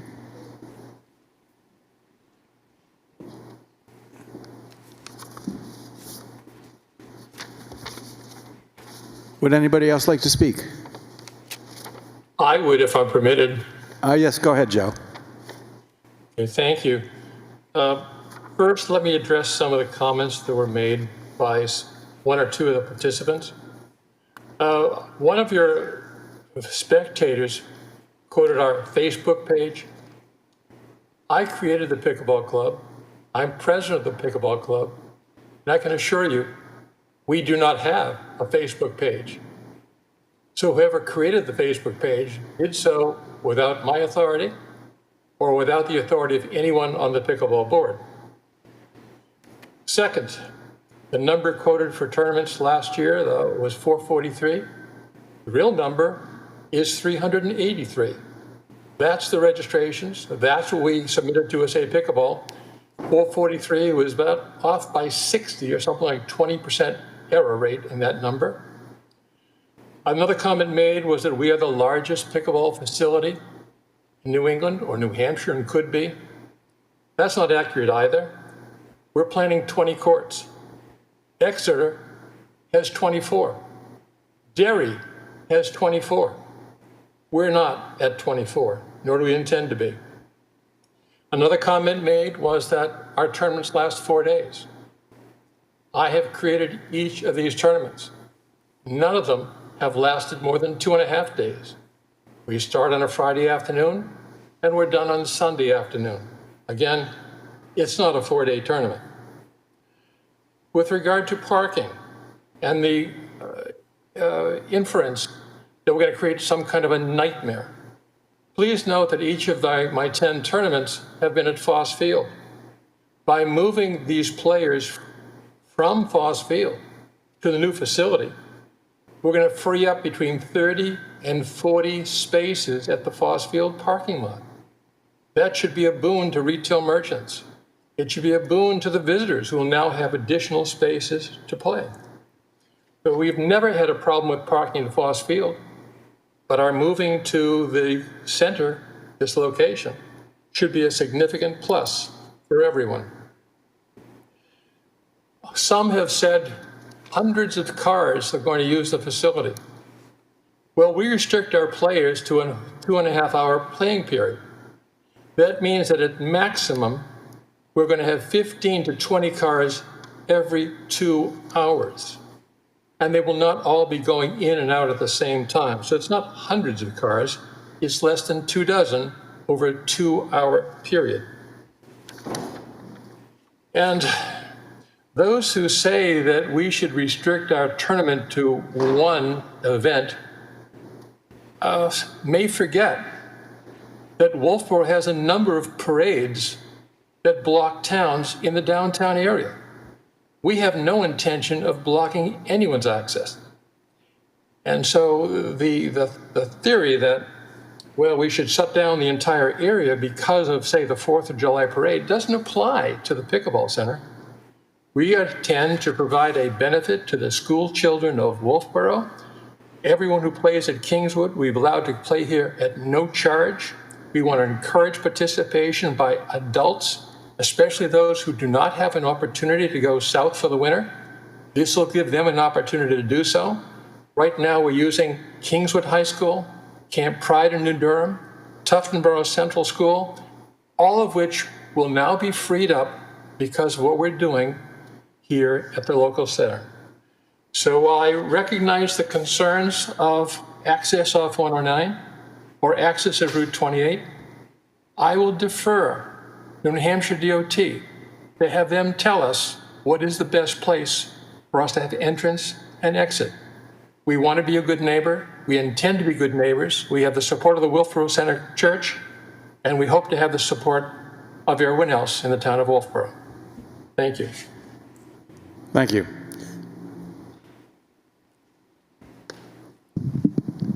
Hi, good evening. My name is Michael Curran. I'm a frequent user of the Cotton Valley Rail Trail, so I spend a fair amount of time in the area. You hear me? All right. So I'm a frequent user of the Cotton Valley Rail Trail. I spend a lot of time in the area. I just want to address what Joe just said. The 383 attendees at the 2024 tournament, it's the same number that Joe is using, is the same number we're using.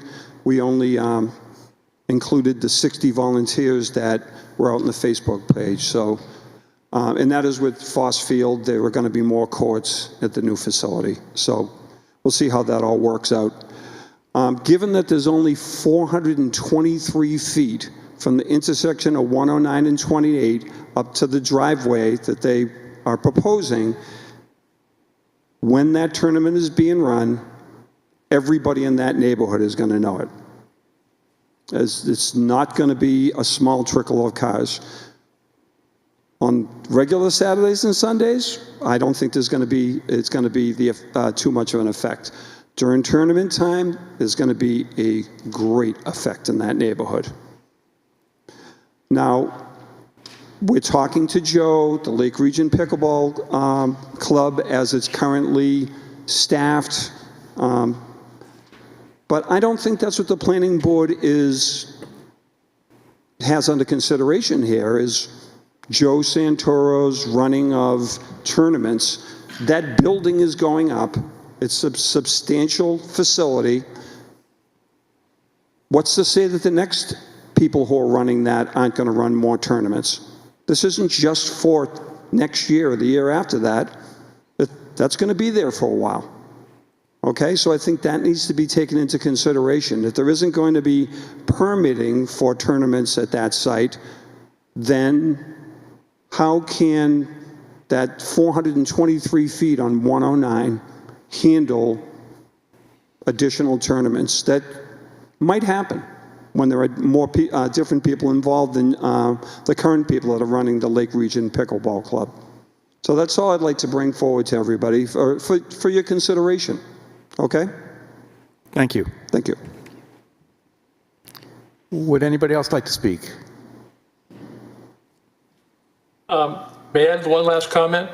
Joe, no, somebody from the audience is going to speak. Go ahead. I can't tell, because you're not on visual, it's only audio.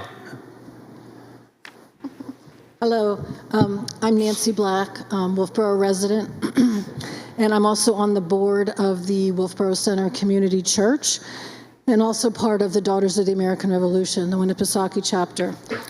Nancy, if you could move a little closer to the mic. Sure. Thank you. Our new board has worked really hard the last 2 or 3 years to revitalize the church. We've just been awarded a New Hampshire Preservation Alliance grant to do some work on the church. We feel it's a really important building to maintain for historical purposes in our house, in our town, excuse me. We share all those concerns about noise, buffering, whatever. We have met with Mr. Santoro, and he has made some promises to us that we could work together, and his tournaments would not interfere with any events we would be having at the little church. But who knows down the road what will happen with that. So we share all those concerns and hope that they can all be resolved. Thank you. Thank you. Mr. Santoro, would you like to speak? Oh, just one additional thing, thank you. I know the number being bandied about is 383 players, but it's important to note that those 383 players don't show up every day. This is a 2.5-day tournament. We might have 100 or 120 players on a one day, but that's not 383 players every single day. And that's why the number of cars being projected by some is exaggerated, in my opinion, because it's far fewer than what they would lead you to believe. But I'm sure they're saying what they're doing in good faith, and so are we operating in good faith. Whatever New Hampshire DOT recommends is what we will recommend to you. Thank you. Would anybody else from the audience like to speak? All right. If nobody else would like to speak, we'll close the public hearing. How about continue the public hearing? Roger suggested we continue it. I don't think when they come back in with revised plans, we want the public hearing to still be open. Yes, that's true, assuming that we ask them to come back with revised plans, which we haven't done yet. So I have a question that relates to, well, a couple of questions. Paul, the traffic count that we saw just dealt with a pickleball complex. Is there anything that looked to the existing traffic on Route 9 to which this would be an addition? No, there has not been. But I want to make one clarification. The distance from that driveway to the intersection is not 400, and it's 630 feet. It's the site distance that's 400 plus feet. So there's a little difference there. It's just that's what they see on the plan is the 400. So they see the 400. It's greater than that. So the sight line from the proposed driveway is 423 feet. Or it's the required 400. It could be greater than that, but we show 400 All right. to the intersection is. And then we didn't have a mutual, like a conference call with, Beth and I didn't have a conference call with the New Hampshire DOT. We had a conversation, and then I spoke to the DOT afterwards. It wasn't like a joint thing like that. Thank you for the clarification. Yeah, so that didn't, and then and then the DOT just explained to me that once we put the project in their hands, they'll make a recommendation. A recommendation that they could make is a traffic study, or they can make a lot of different recommendations that come forward. Right, and we have the right to ask for that. Right, Traffic study, and I think we should. You need that, yeah. Is your submission to DOT going to point out that there is essentially a pedestrian crossing a short distance down on one? Yeah, they're fully, yeah. It's So, Roger, are you proposing that we continue this hearing? I am. All right, would you like to make a motion? I mean, is the planning board going to deal with the traffic engineer or consultant, or? Yeah, I don't know the answer to that. I'm open to whatever motions or It's up to suggestions you somebody wants to folks make. decide that. I want to just follow up that where you were talking about a traffic study that you might want to ask for. Is that just for 109 or for 109 and 28? Well, I would So suggest there'd it be should be a traffic study for the site, not for the road, each road, but for the site as a whole. Yeah. Which would include both 109 and okay. 28. There's a potential entrance exit over there. Right. I agree. So, do you know when you might get feedback from the DOT? After tonight's meeting, I start the process. I go online, I fill out all the applications, I submit the plans to them then. That'll trigger them to then come back and they might say, hey, we would like a traffic study, or... So that process has not been started yet. You intend to start it after tonight, is that right? After tonight was the plan. Thank you. Just like the New Hampshire alteration of terrain, and also with the EPA, the historical, we're not a federal project. What they do for the EPA stormwater pollution prevention plan is they have us do historical research to make, and then we've done, yeah. It's different than the section 106, a little different than that. But. So, Paul, you're saying that when you pull in the application, is it just asking for the curb cuts for the drive to DOT? Or do they want to see the whole set of plans? Yeah, there's a set of plans that, yes, we provide a grading, a drainage to make sure that we're not sending additional water onto their road. There's cross sections. Okay. But what about if you were thinking about maybe putting one on 28 too? Do you have to put in an additional application, or can it be done all as one? We can do it as one. Yeah. And then they could say, oh, this is a better idea. You know, they would tell you that one doesn't work at all, don't bother trying. I don't know. I can't speak for them. Yeah, it's just me speaking out loud. So it seems to me that the planning board, and I'll speak for everybody if I could for a moment, would like to see a traffic study. I'm not sure what the process is for requesting or getting such a study. I'd like to state that I'm for all those things over there, but maybe having them moved around a little bit so the traffic stuff works. None of us have said no to the building or to the parking really or to the courts. Just Roger doesn't like so many lights, but that's okay. We just kind of move the rectangles over there a little bit and maybe make things safer. I think that's the goal. Because I didn't hear really anybody in the public say, no, we hate the whole idea. No, my impression is that people are concerned about traffic and historic preservation. Those are the two main concerns. And given the comments that we've heard, certainly we want to think about the Section 106 that Maggie Steer mentioned and see what that turns out to be, and find out both from the community and from the state what the traffic situation is going to be and how to best address it.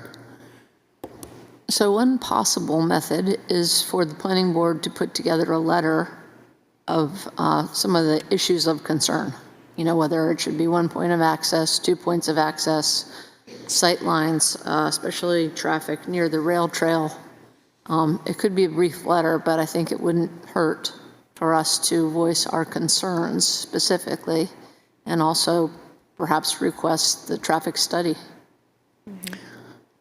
Yeah, I agree with that, and I think also it would, if we continue this, it would give a chance for the applicant to address the concerns raised in the planner review that was just received an hour and a half ago.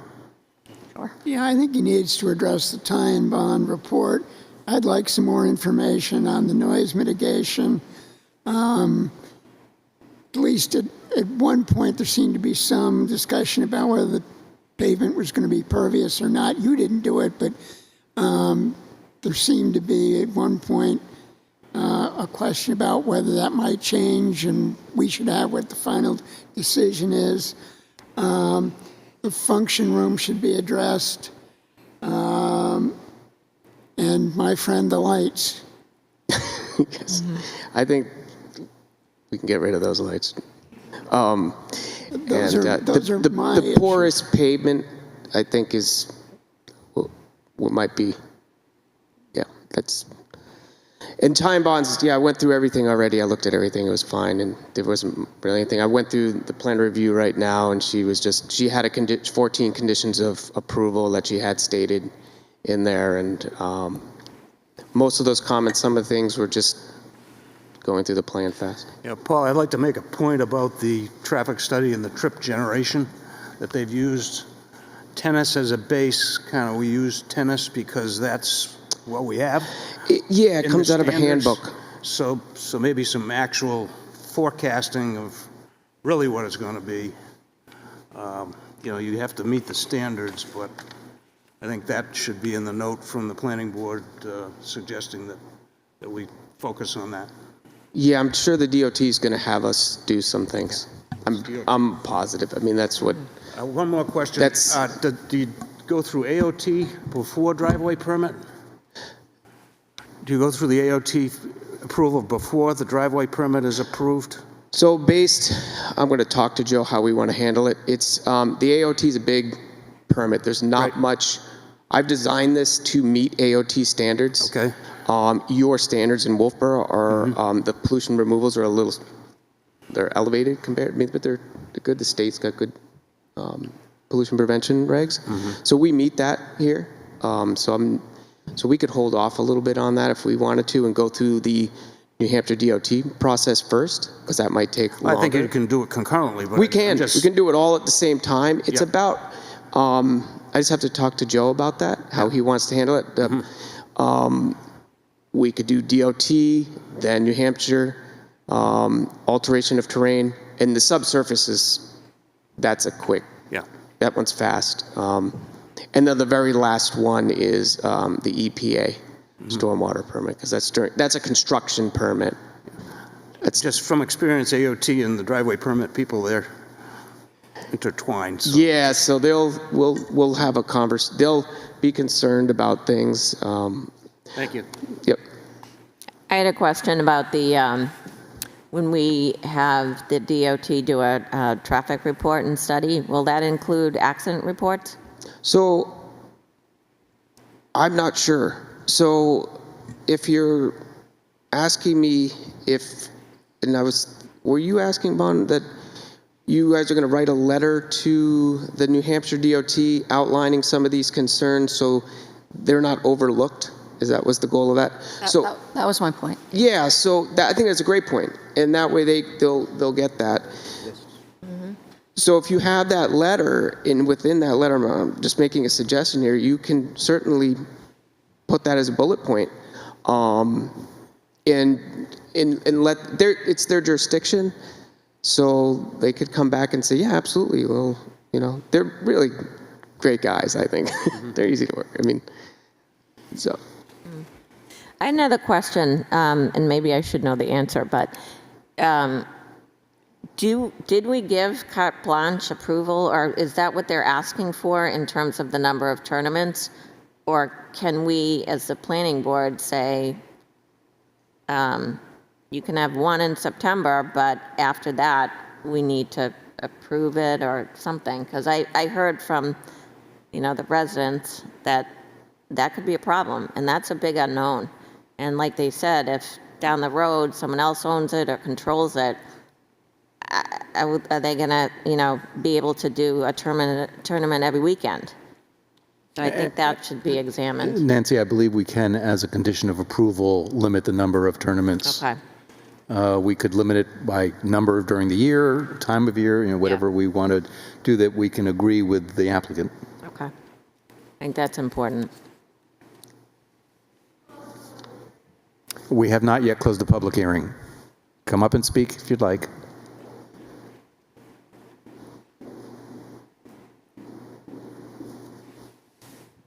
Thank you.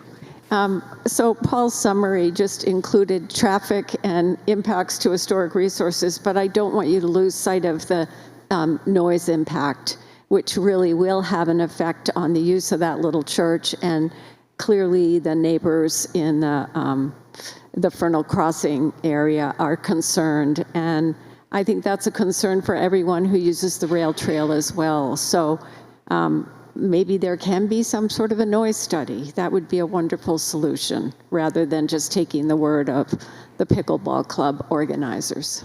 Thank you. Maggie, I have a question for you. Are there regularly scheduled services at that church? I know it's got no air conditioning, so you're going to have windows open in the summer. That's correct. And I really should let Nancy answer that question because she's on the board. I'm just helping them as much as I can. And they just got an LCHIP grant, so yay, in addition to the... Sure, the thrust of my comment is, are there certain times? Yes. For many, many, many years, it was operating as just a summer church. There's no water, there's no electricity, there's no no facilities there. No heat. No heat. Right now, last year we had 6 events. We are trying to increase that because we want people to come in the little church and see it and enjoy it and love it like we do. So, but again, we can really only use it May till maybe end of September each year. Nancy, when you say there were 6 events, do you mean you only held services 6 times? Last year. Last year, thank you. And the church wasn't used for 3 or 4 years during COVID. But historically, it's been going on for years, summer services. Is there like a Sunday service at 10 or 11? Yes. Yes. But not every week right now. But normally, you'd have Sunday morning services. It's been Sunday afternoon services, mainly to accommodate guest ministers because they're busy in the morning elsewhere.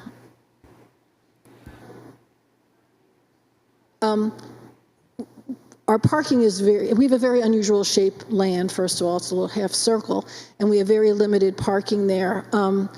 The last several years, we've been lucky enough that the Krause accounting firm has permitted us to park there. So there's very few spots on the actual property. When I met with Mr. Santoro, he did offer some of their parking to us, or coming toward Fernald Crossing a little bit on our land, maybe to give us a little piece to add a few more spots up there. Else? But we would love to see the church used more. But it is very limited, and it's only summer right now. Ms. Baldwin, would you like to speak again? I have a question with regard to the parking again and this long driveway and the fire lane and how that's all going to work. So what we're hearing is that cars can pull off, onto the side and the fire truck can come through. But we're also hearing that there may be fewer parking spaces, bigger tournaments. It's hard for the numbers to add up. So my question is, are people going to be allowed to park along that roadway, that driveway? It's not marked as a fire lane, so is that like shoulder parking, I guess?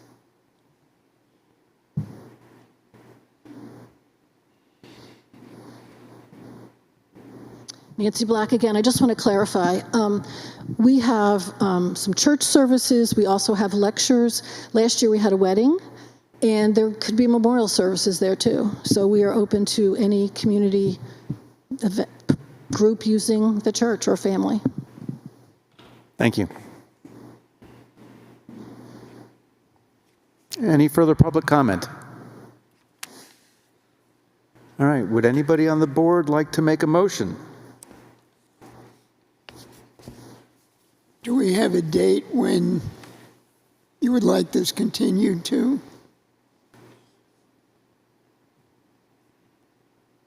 Our next 2 meeting dates are April 15th and May 6th. April 15th. What would you like to see in 14 days?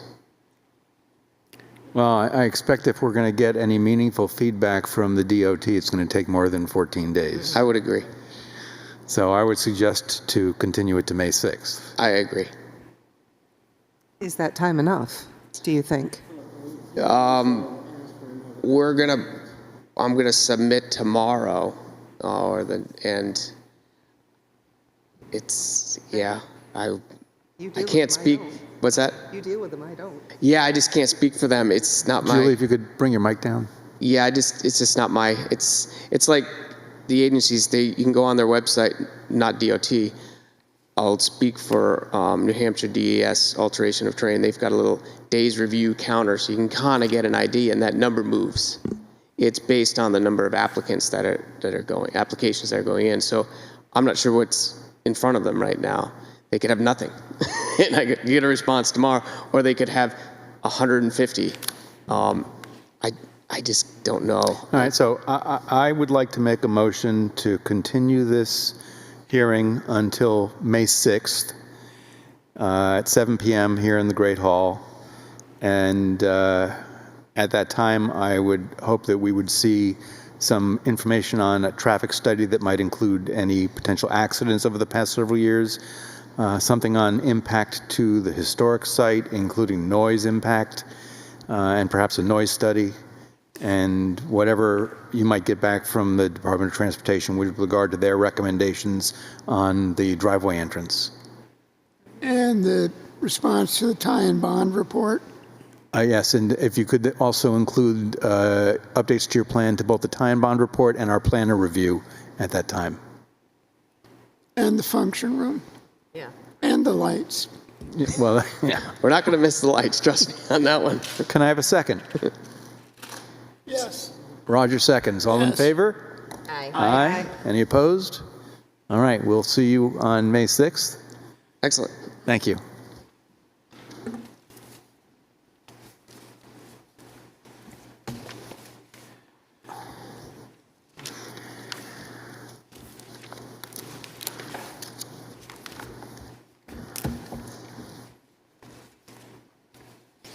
All right, the next item on the agenda is Huggins Hospital site plan review for the MRI addition, 240 South Main Street, tax map 217-19, case 2025-11, formal submission and public hearing.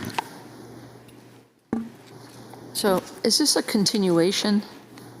No. No.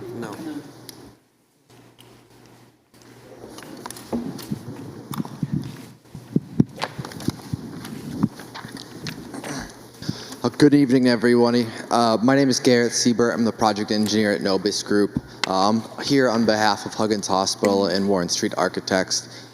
We were before you for a conceptual hearing a few weeks ago, but I'd just like to take the opportunity to do an overview of the project really quick. So Huggins Hospital is obviously right here. South Main Street's running along here. And if you were to enter the main entrance driveway, the majority of the project area is going to be along the left if you were going down that driveway. The majority of the project is going to be a building addition. It's about 1,600 square feet. It's going to house a new MRI unit. In addition to that, there's going to be a mechanical equipment right outside of the addition, and that's going to be screened with a wall, as you can see right here. So that should block any views from adjacent areas. Additionally, we're proposing 5 new ADA spaces to replace some of the existing ones in the main parking lot around here. Some other features to the project that we're including is just some modifications to the sewer line, as well as we'll be doing some additional lighting. There'll be 1 light pole for the new parking area and then 2 mounted on the actual building addition itself. For drainage, we're proposing a couple of drainage structures that will tie into the existing system. Landscaping, there'll be some planting beds along the addition, as well as some juniper trees that will screen off the new parking area. And that's pretty much it with the project in a nutshell. If you guys have any questions or would like me to kind of go into detail about anything else, I'd be happy to. Okay, can you go through the waivers that you've requested? Absolutely, yeah. So I have what I submitted right here, and I can go through them just one by one if that's all right with you guys. So the first one was for the surveyed property lines, not including them on our actual site plan itself. This being such a large campus, it didn't seem as though it would really add any sort of value to the actual project to do a full boundary survey, just because we're very obviously on the Huggins Hospital property.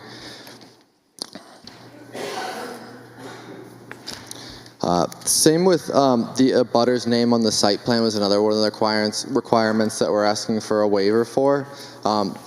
Just due to the scale of the project, having a huge zoomed out thing with the many abutters around the whole campus didn't seem like it would really add too much value to the site plan application. We did send out all the notices, and they were included on our on the abutters list. The next one is the location of nearby wells and septic systems. I know South Main Street is serviced by municipal water and sewer. So we did a quick check of the wells in the area, and we didn't see anything in proximity to the new addition. The next waiver was the setbacks on site plan. Technically, we would need those, like I talked about earlier, we would need the surveyed property lines to actually get the official setbacks, but we were very well away from where they would be with this site plan. And then the snow storage requirements, we're asking for a waiver for that. We're really adding 5 parking spaces to the parking lot, and the normal way that they handle snow storage on the site should be adequate to handle just that minor increase in spaces. And lastly, we're asking for a waiver from the stormwater management plan. Again, just because of the size of the work being done with the 5 additional spaces and then the 1,600-ish square feet of new building for the MRI unit. I know it was requested at the conceptual hearing to just do a rough calculation and see if there's any impacts, and we did run that, and there's very negligible impacts to peak flows coming off this site. I think those were the 5 waivers that we requested, I believe. Does that mean you think that the current system could certainly handle this increase? Absolutely, yep. And so we verified that.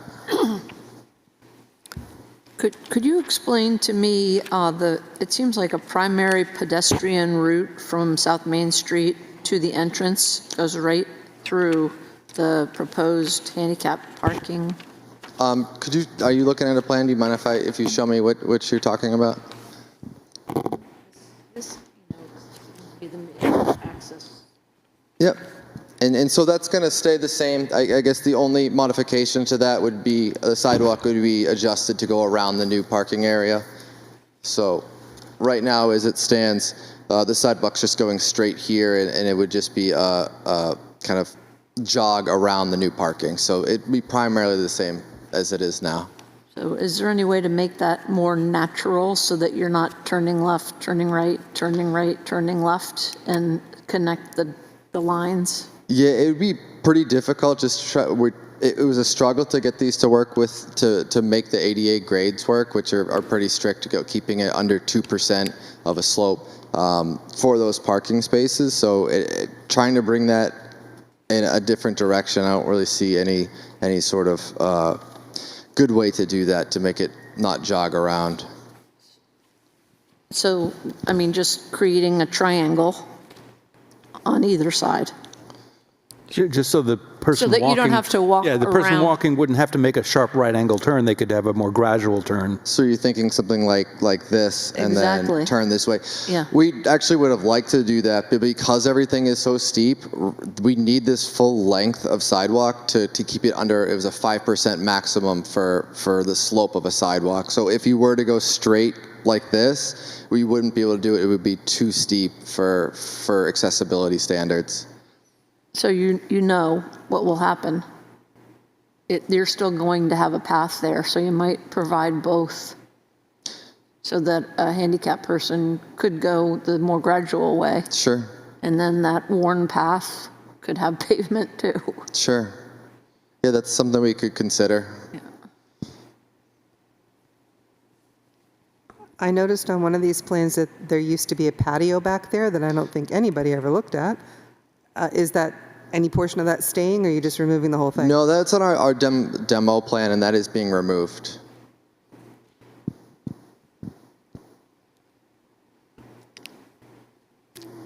Any other questions from the board? Yeah, on your lot coverage analysis, you have it increasing from 49% to 49.4%. When I do the math, I come out at 49.6 or rounded up to 7. But in any event, that's an increase, and in this district, I believe the lot coverage is 30%. So in this overlay district, it's 70%. It's part of the ROI overlay district. Okay.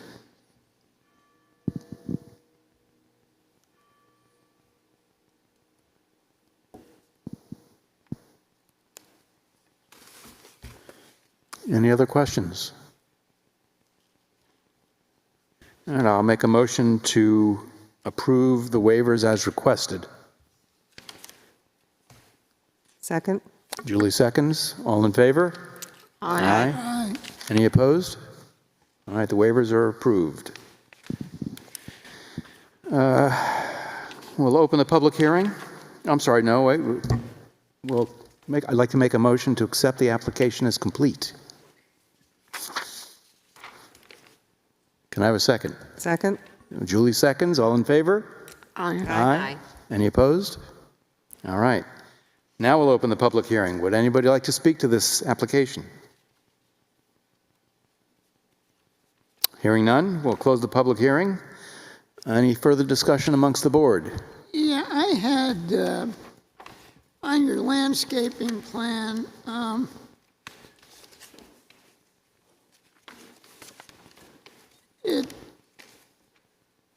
first of all, I don't know what the circles in the bottom left represent. And I also found it difficult to figure out what exactly was being planted.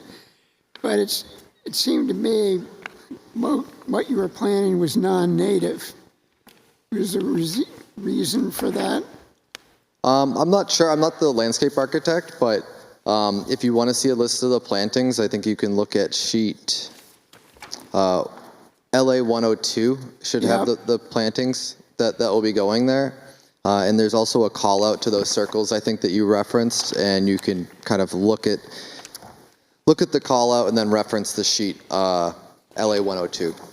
Where is that going? In the bottom left. Do you mind if I come up and see what you mean? Yep, so this is one of the planting beds. It should be, I believe, this one right here. Okay. Oops, sorry.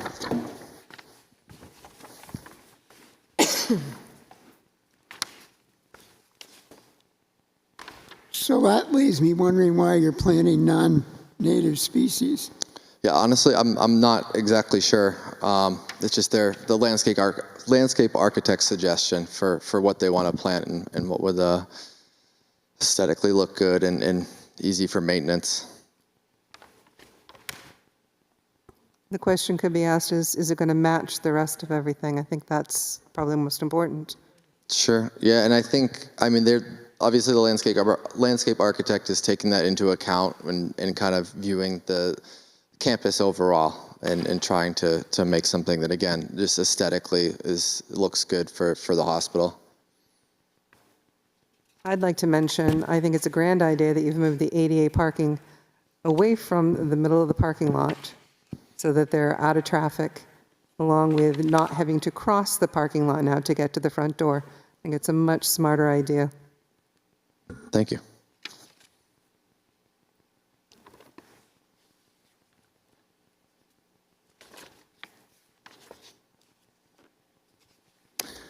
Any other questions from the board? All right. Roger, do you have any further concerns about the landscaping? No, I voiced them. Okay, thank you. All right. Let's see, we have conditions of approval.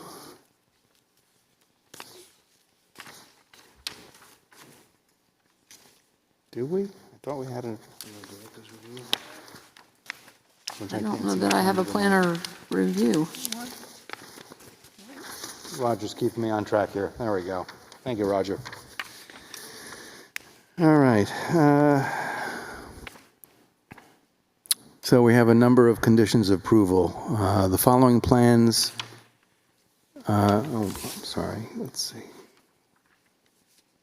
Following plans amended as the date of this approval should be incorporated, and it lists 15 plans. I'm not going to read them all individually. Final drawings that every set of drawings must be stamped and signed by a surveyor, engineer, or architect responsible for the plans, including 2 sets of 24 by 36 black line approved plans, 1 set of 11 by 17 final approved plan drawings, and 1 electronic version in PDF format. And that all the documentation be submitted in an application package by the applicant, and any requirements imposed by other agencies are part of this approval unless otherwise updated, revised, clarified in some manner, or superseded in full or in part. In cases of conflicting information between documents, the most recent documentation and this notice herein shall be generally determining. And then conditions that should be met after final approval. The applicant shall contact the Wolfeboro Municipal Electric Department with any additional power needs. The proposal shall not provide any additional load on the sanitary sewer. Erosion control shall be properly installed on the site prior to any site construction. Erosion control shall be properly maintained throughout the construction. Any breaks or breaches shall be repaired within 48 hours of a storm event. Active and substantial development for this project is defined as, quote, construction of the addition and associated drainage. These improvements must be started within 24 months of the planning board approval date, unquote, in order to receive the 5 years of vesting. For in perpetuity vesting purposes under RSA 674:39, quote, substantial completion, unquote, for this project is defined as, quote, completion of the project, unquote. Snow storage. Snow shall be removed and stored such that drainage structures can function properly. The applicant shall be responsible for payment of the recording and notice of decision at the Carroll County Registry of Deeds. As-built plans, this is a duplicate. I'm sorry, it's not. As-built plans. If there are modifications, the modifications shall be itemized on the as-built plan or an accompanying letter. The applicant shall submit the following as-built plans: 2 sets of 24 by 36 black line plans, 1 set of 11 by 17 plan, 1 digital PDF copy of as-built plans, 1 stamped and signed as-built plan by the engineer or surveyor is to be submitted to the planning department at completion of construction. Lastly, appeals process pursuant to RSA 677:15, an aggrieved party may appeal this decision to the Carroll County Superior Court within 30 days of the date of the board voted to approve or disapprove the application, or to the ZBA pursuant to RSA 676:5, Roman numeral 3, within 30 days of the date the board made its decision. So I would make a motion to approve this application with the conditions so read. I second. Julie seconds. All in favor? Aye. Aye. Aye. Any opposed? No? All right. Thank you very much. Great, thank you so much. I appreciate it. Lastly, the findings of fact.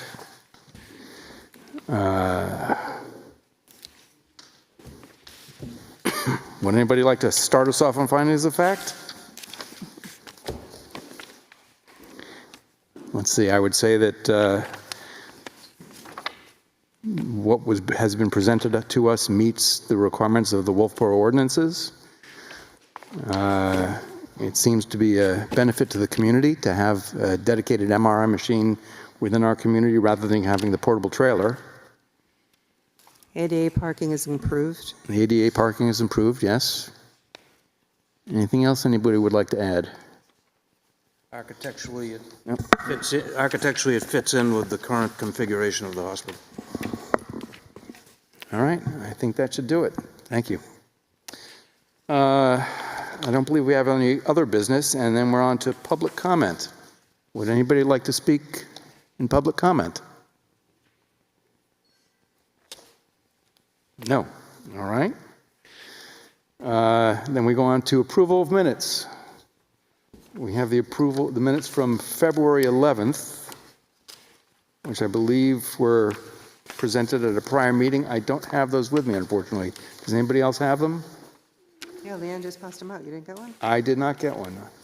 She passed me by. You want to take mine? Well, I got one from Roger, thank you. You got one from Peter? Oh, from Peter, who's not here, all right. Does anybody have any comments on the February 11th minutes? I do. On page 5, the second action motion, I think that should appear before the public hearing being opened. What line number, Roger? It's the second action. It's 206. Could you repeat it? I think that section, that motion should be before the public hearing was opened. Yes. So the three lines, 202, 203, and 204, should be located below that action. Right, Pete? Is that right, Roger? Yes. Okay. And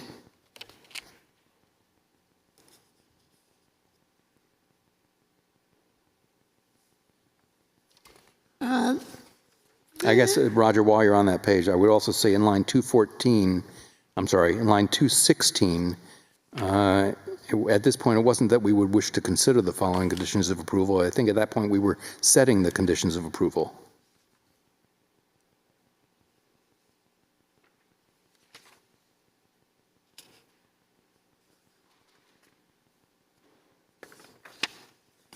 You had something else, Roger? yeah, on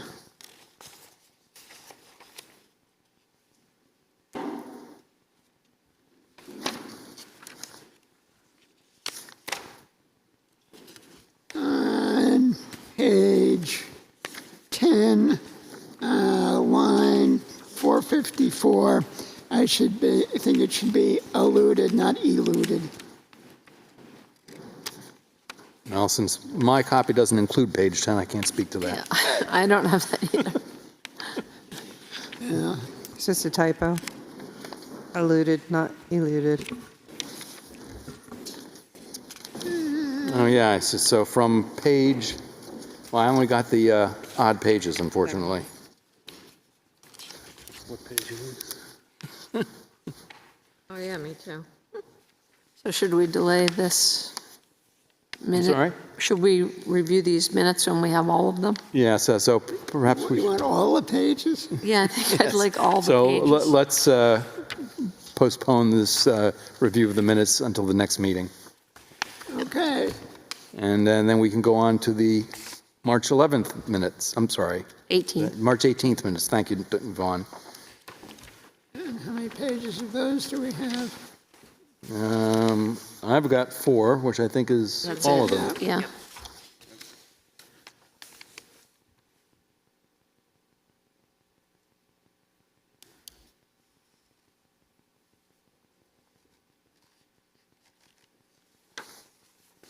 And I don't have any amendments to it. Anybody else? Well, if you wanted to be really picky, on line 40, it should be hyphen between 175 and 67. All right, a hyphen at 175 to 67. I'll make a motion to accept these minutes as amended. I'll second. All in favor? Aye. Aye. Any opposed? Nay? All right, well, that's done. And lastly, we have an information item on the ZBA notice of decision, which now I've put in the wrong place. So, thank you, Steve. Too many papers today. So this was the ZBA notice of decision, a variance for case TM 086-04. I'm sorry. It's case 07-V-25 for Neverland Properties, tax map 186-4 on 90 Kuwaitan Road. I'm not going to read through it, but I want to make sure that everybody on the board here had an opportunity to review this. Soon will be coming our way. It'll be coming our way later on, yes. Make a motion to adjourn? Second. All in favor? Aye. Aye. Very good, thank you.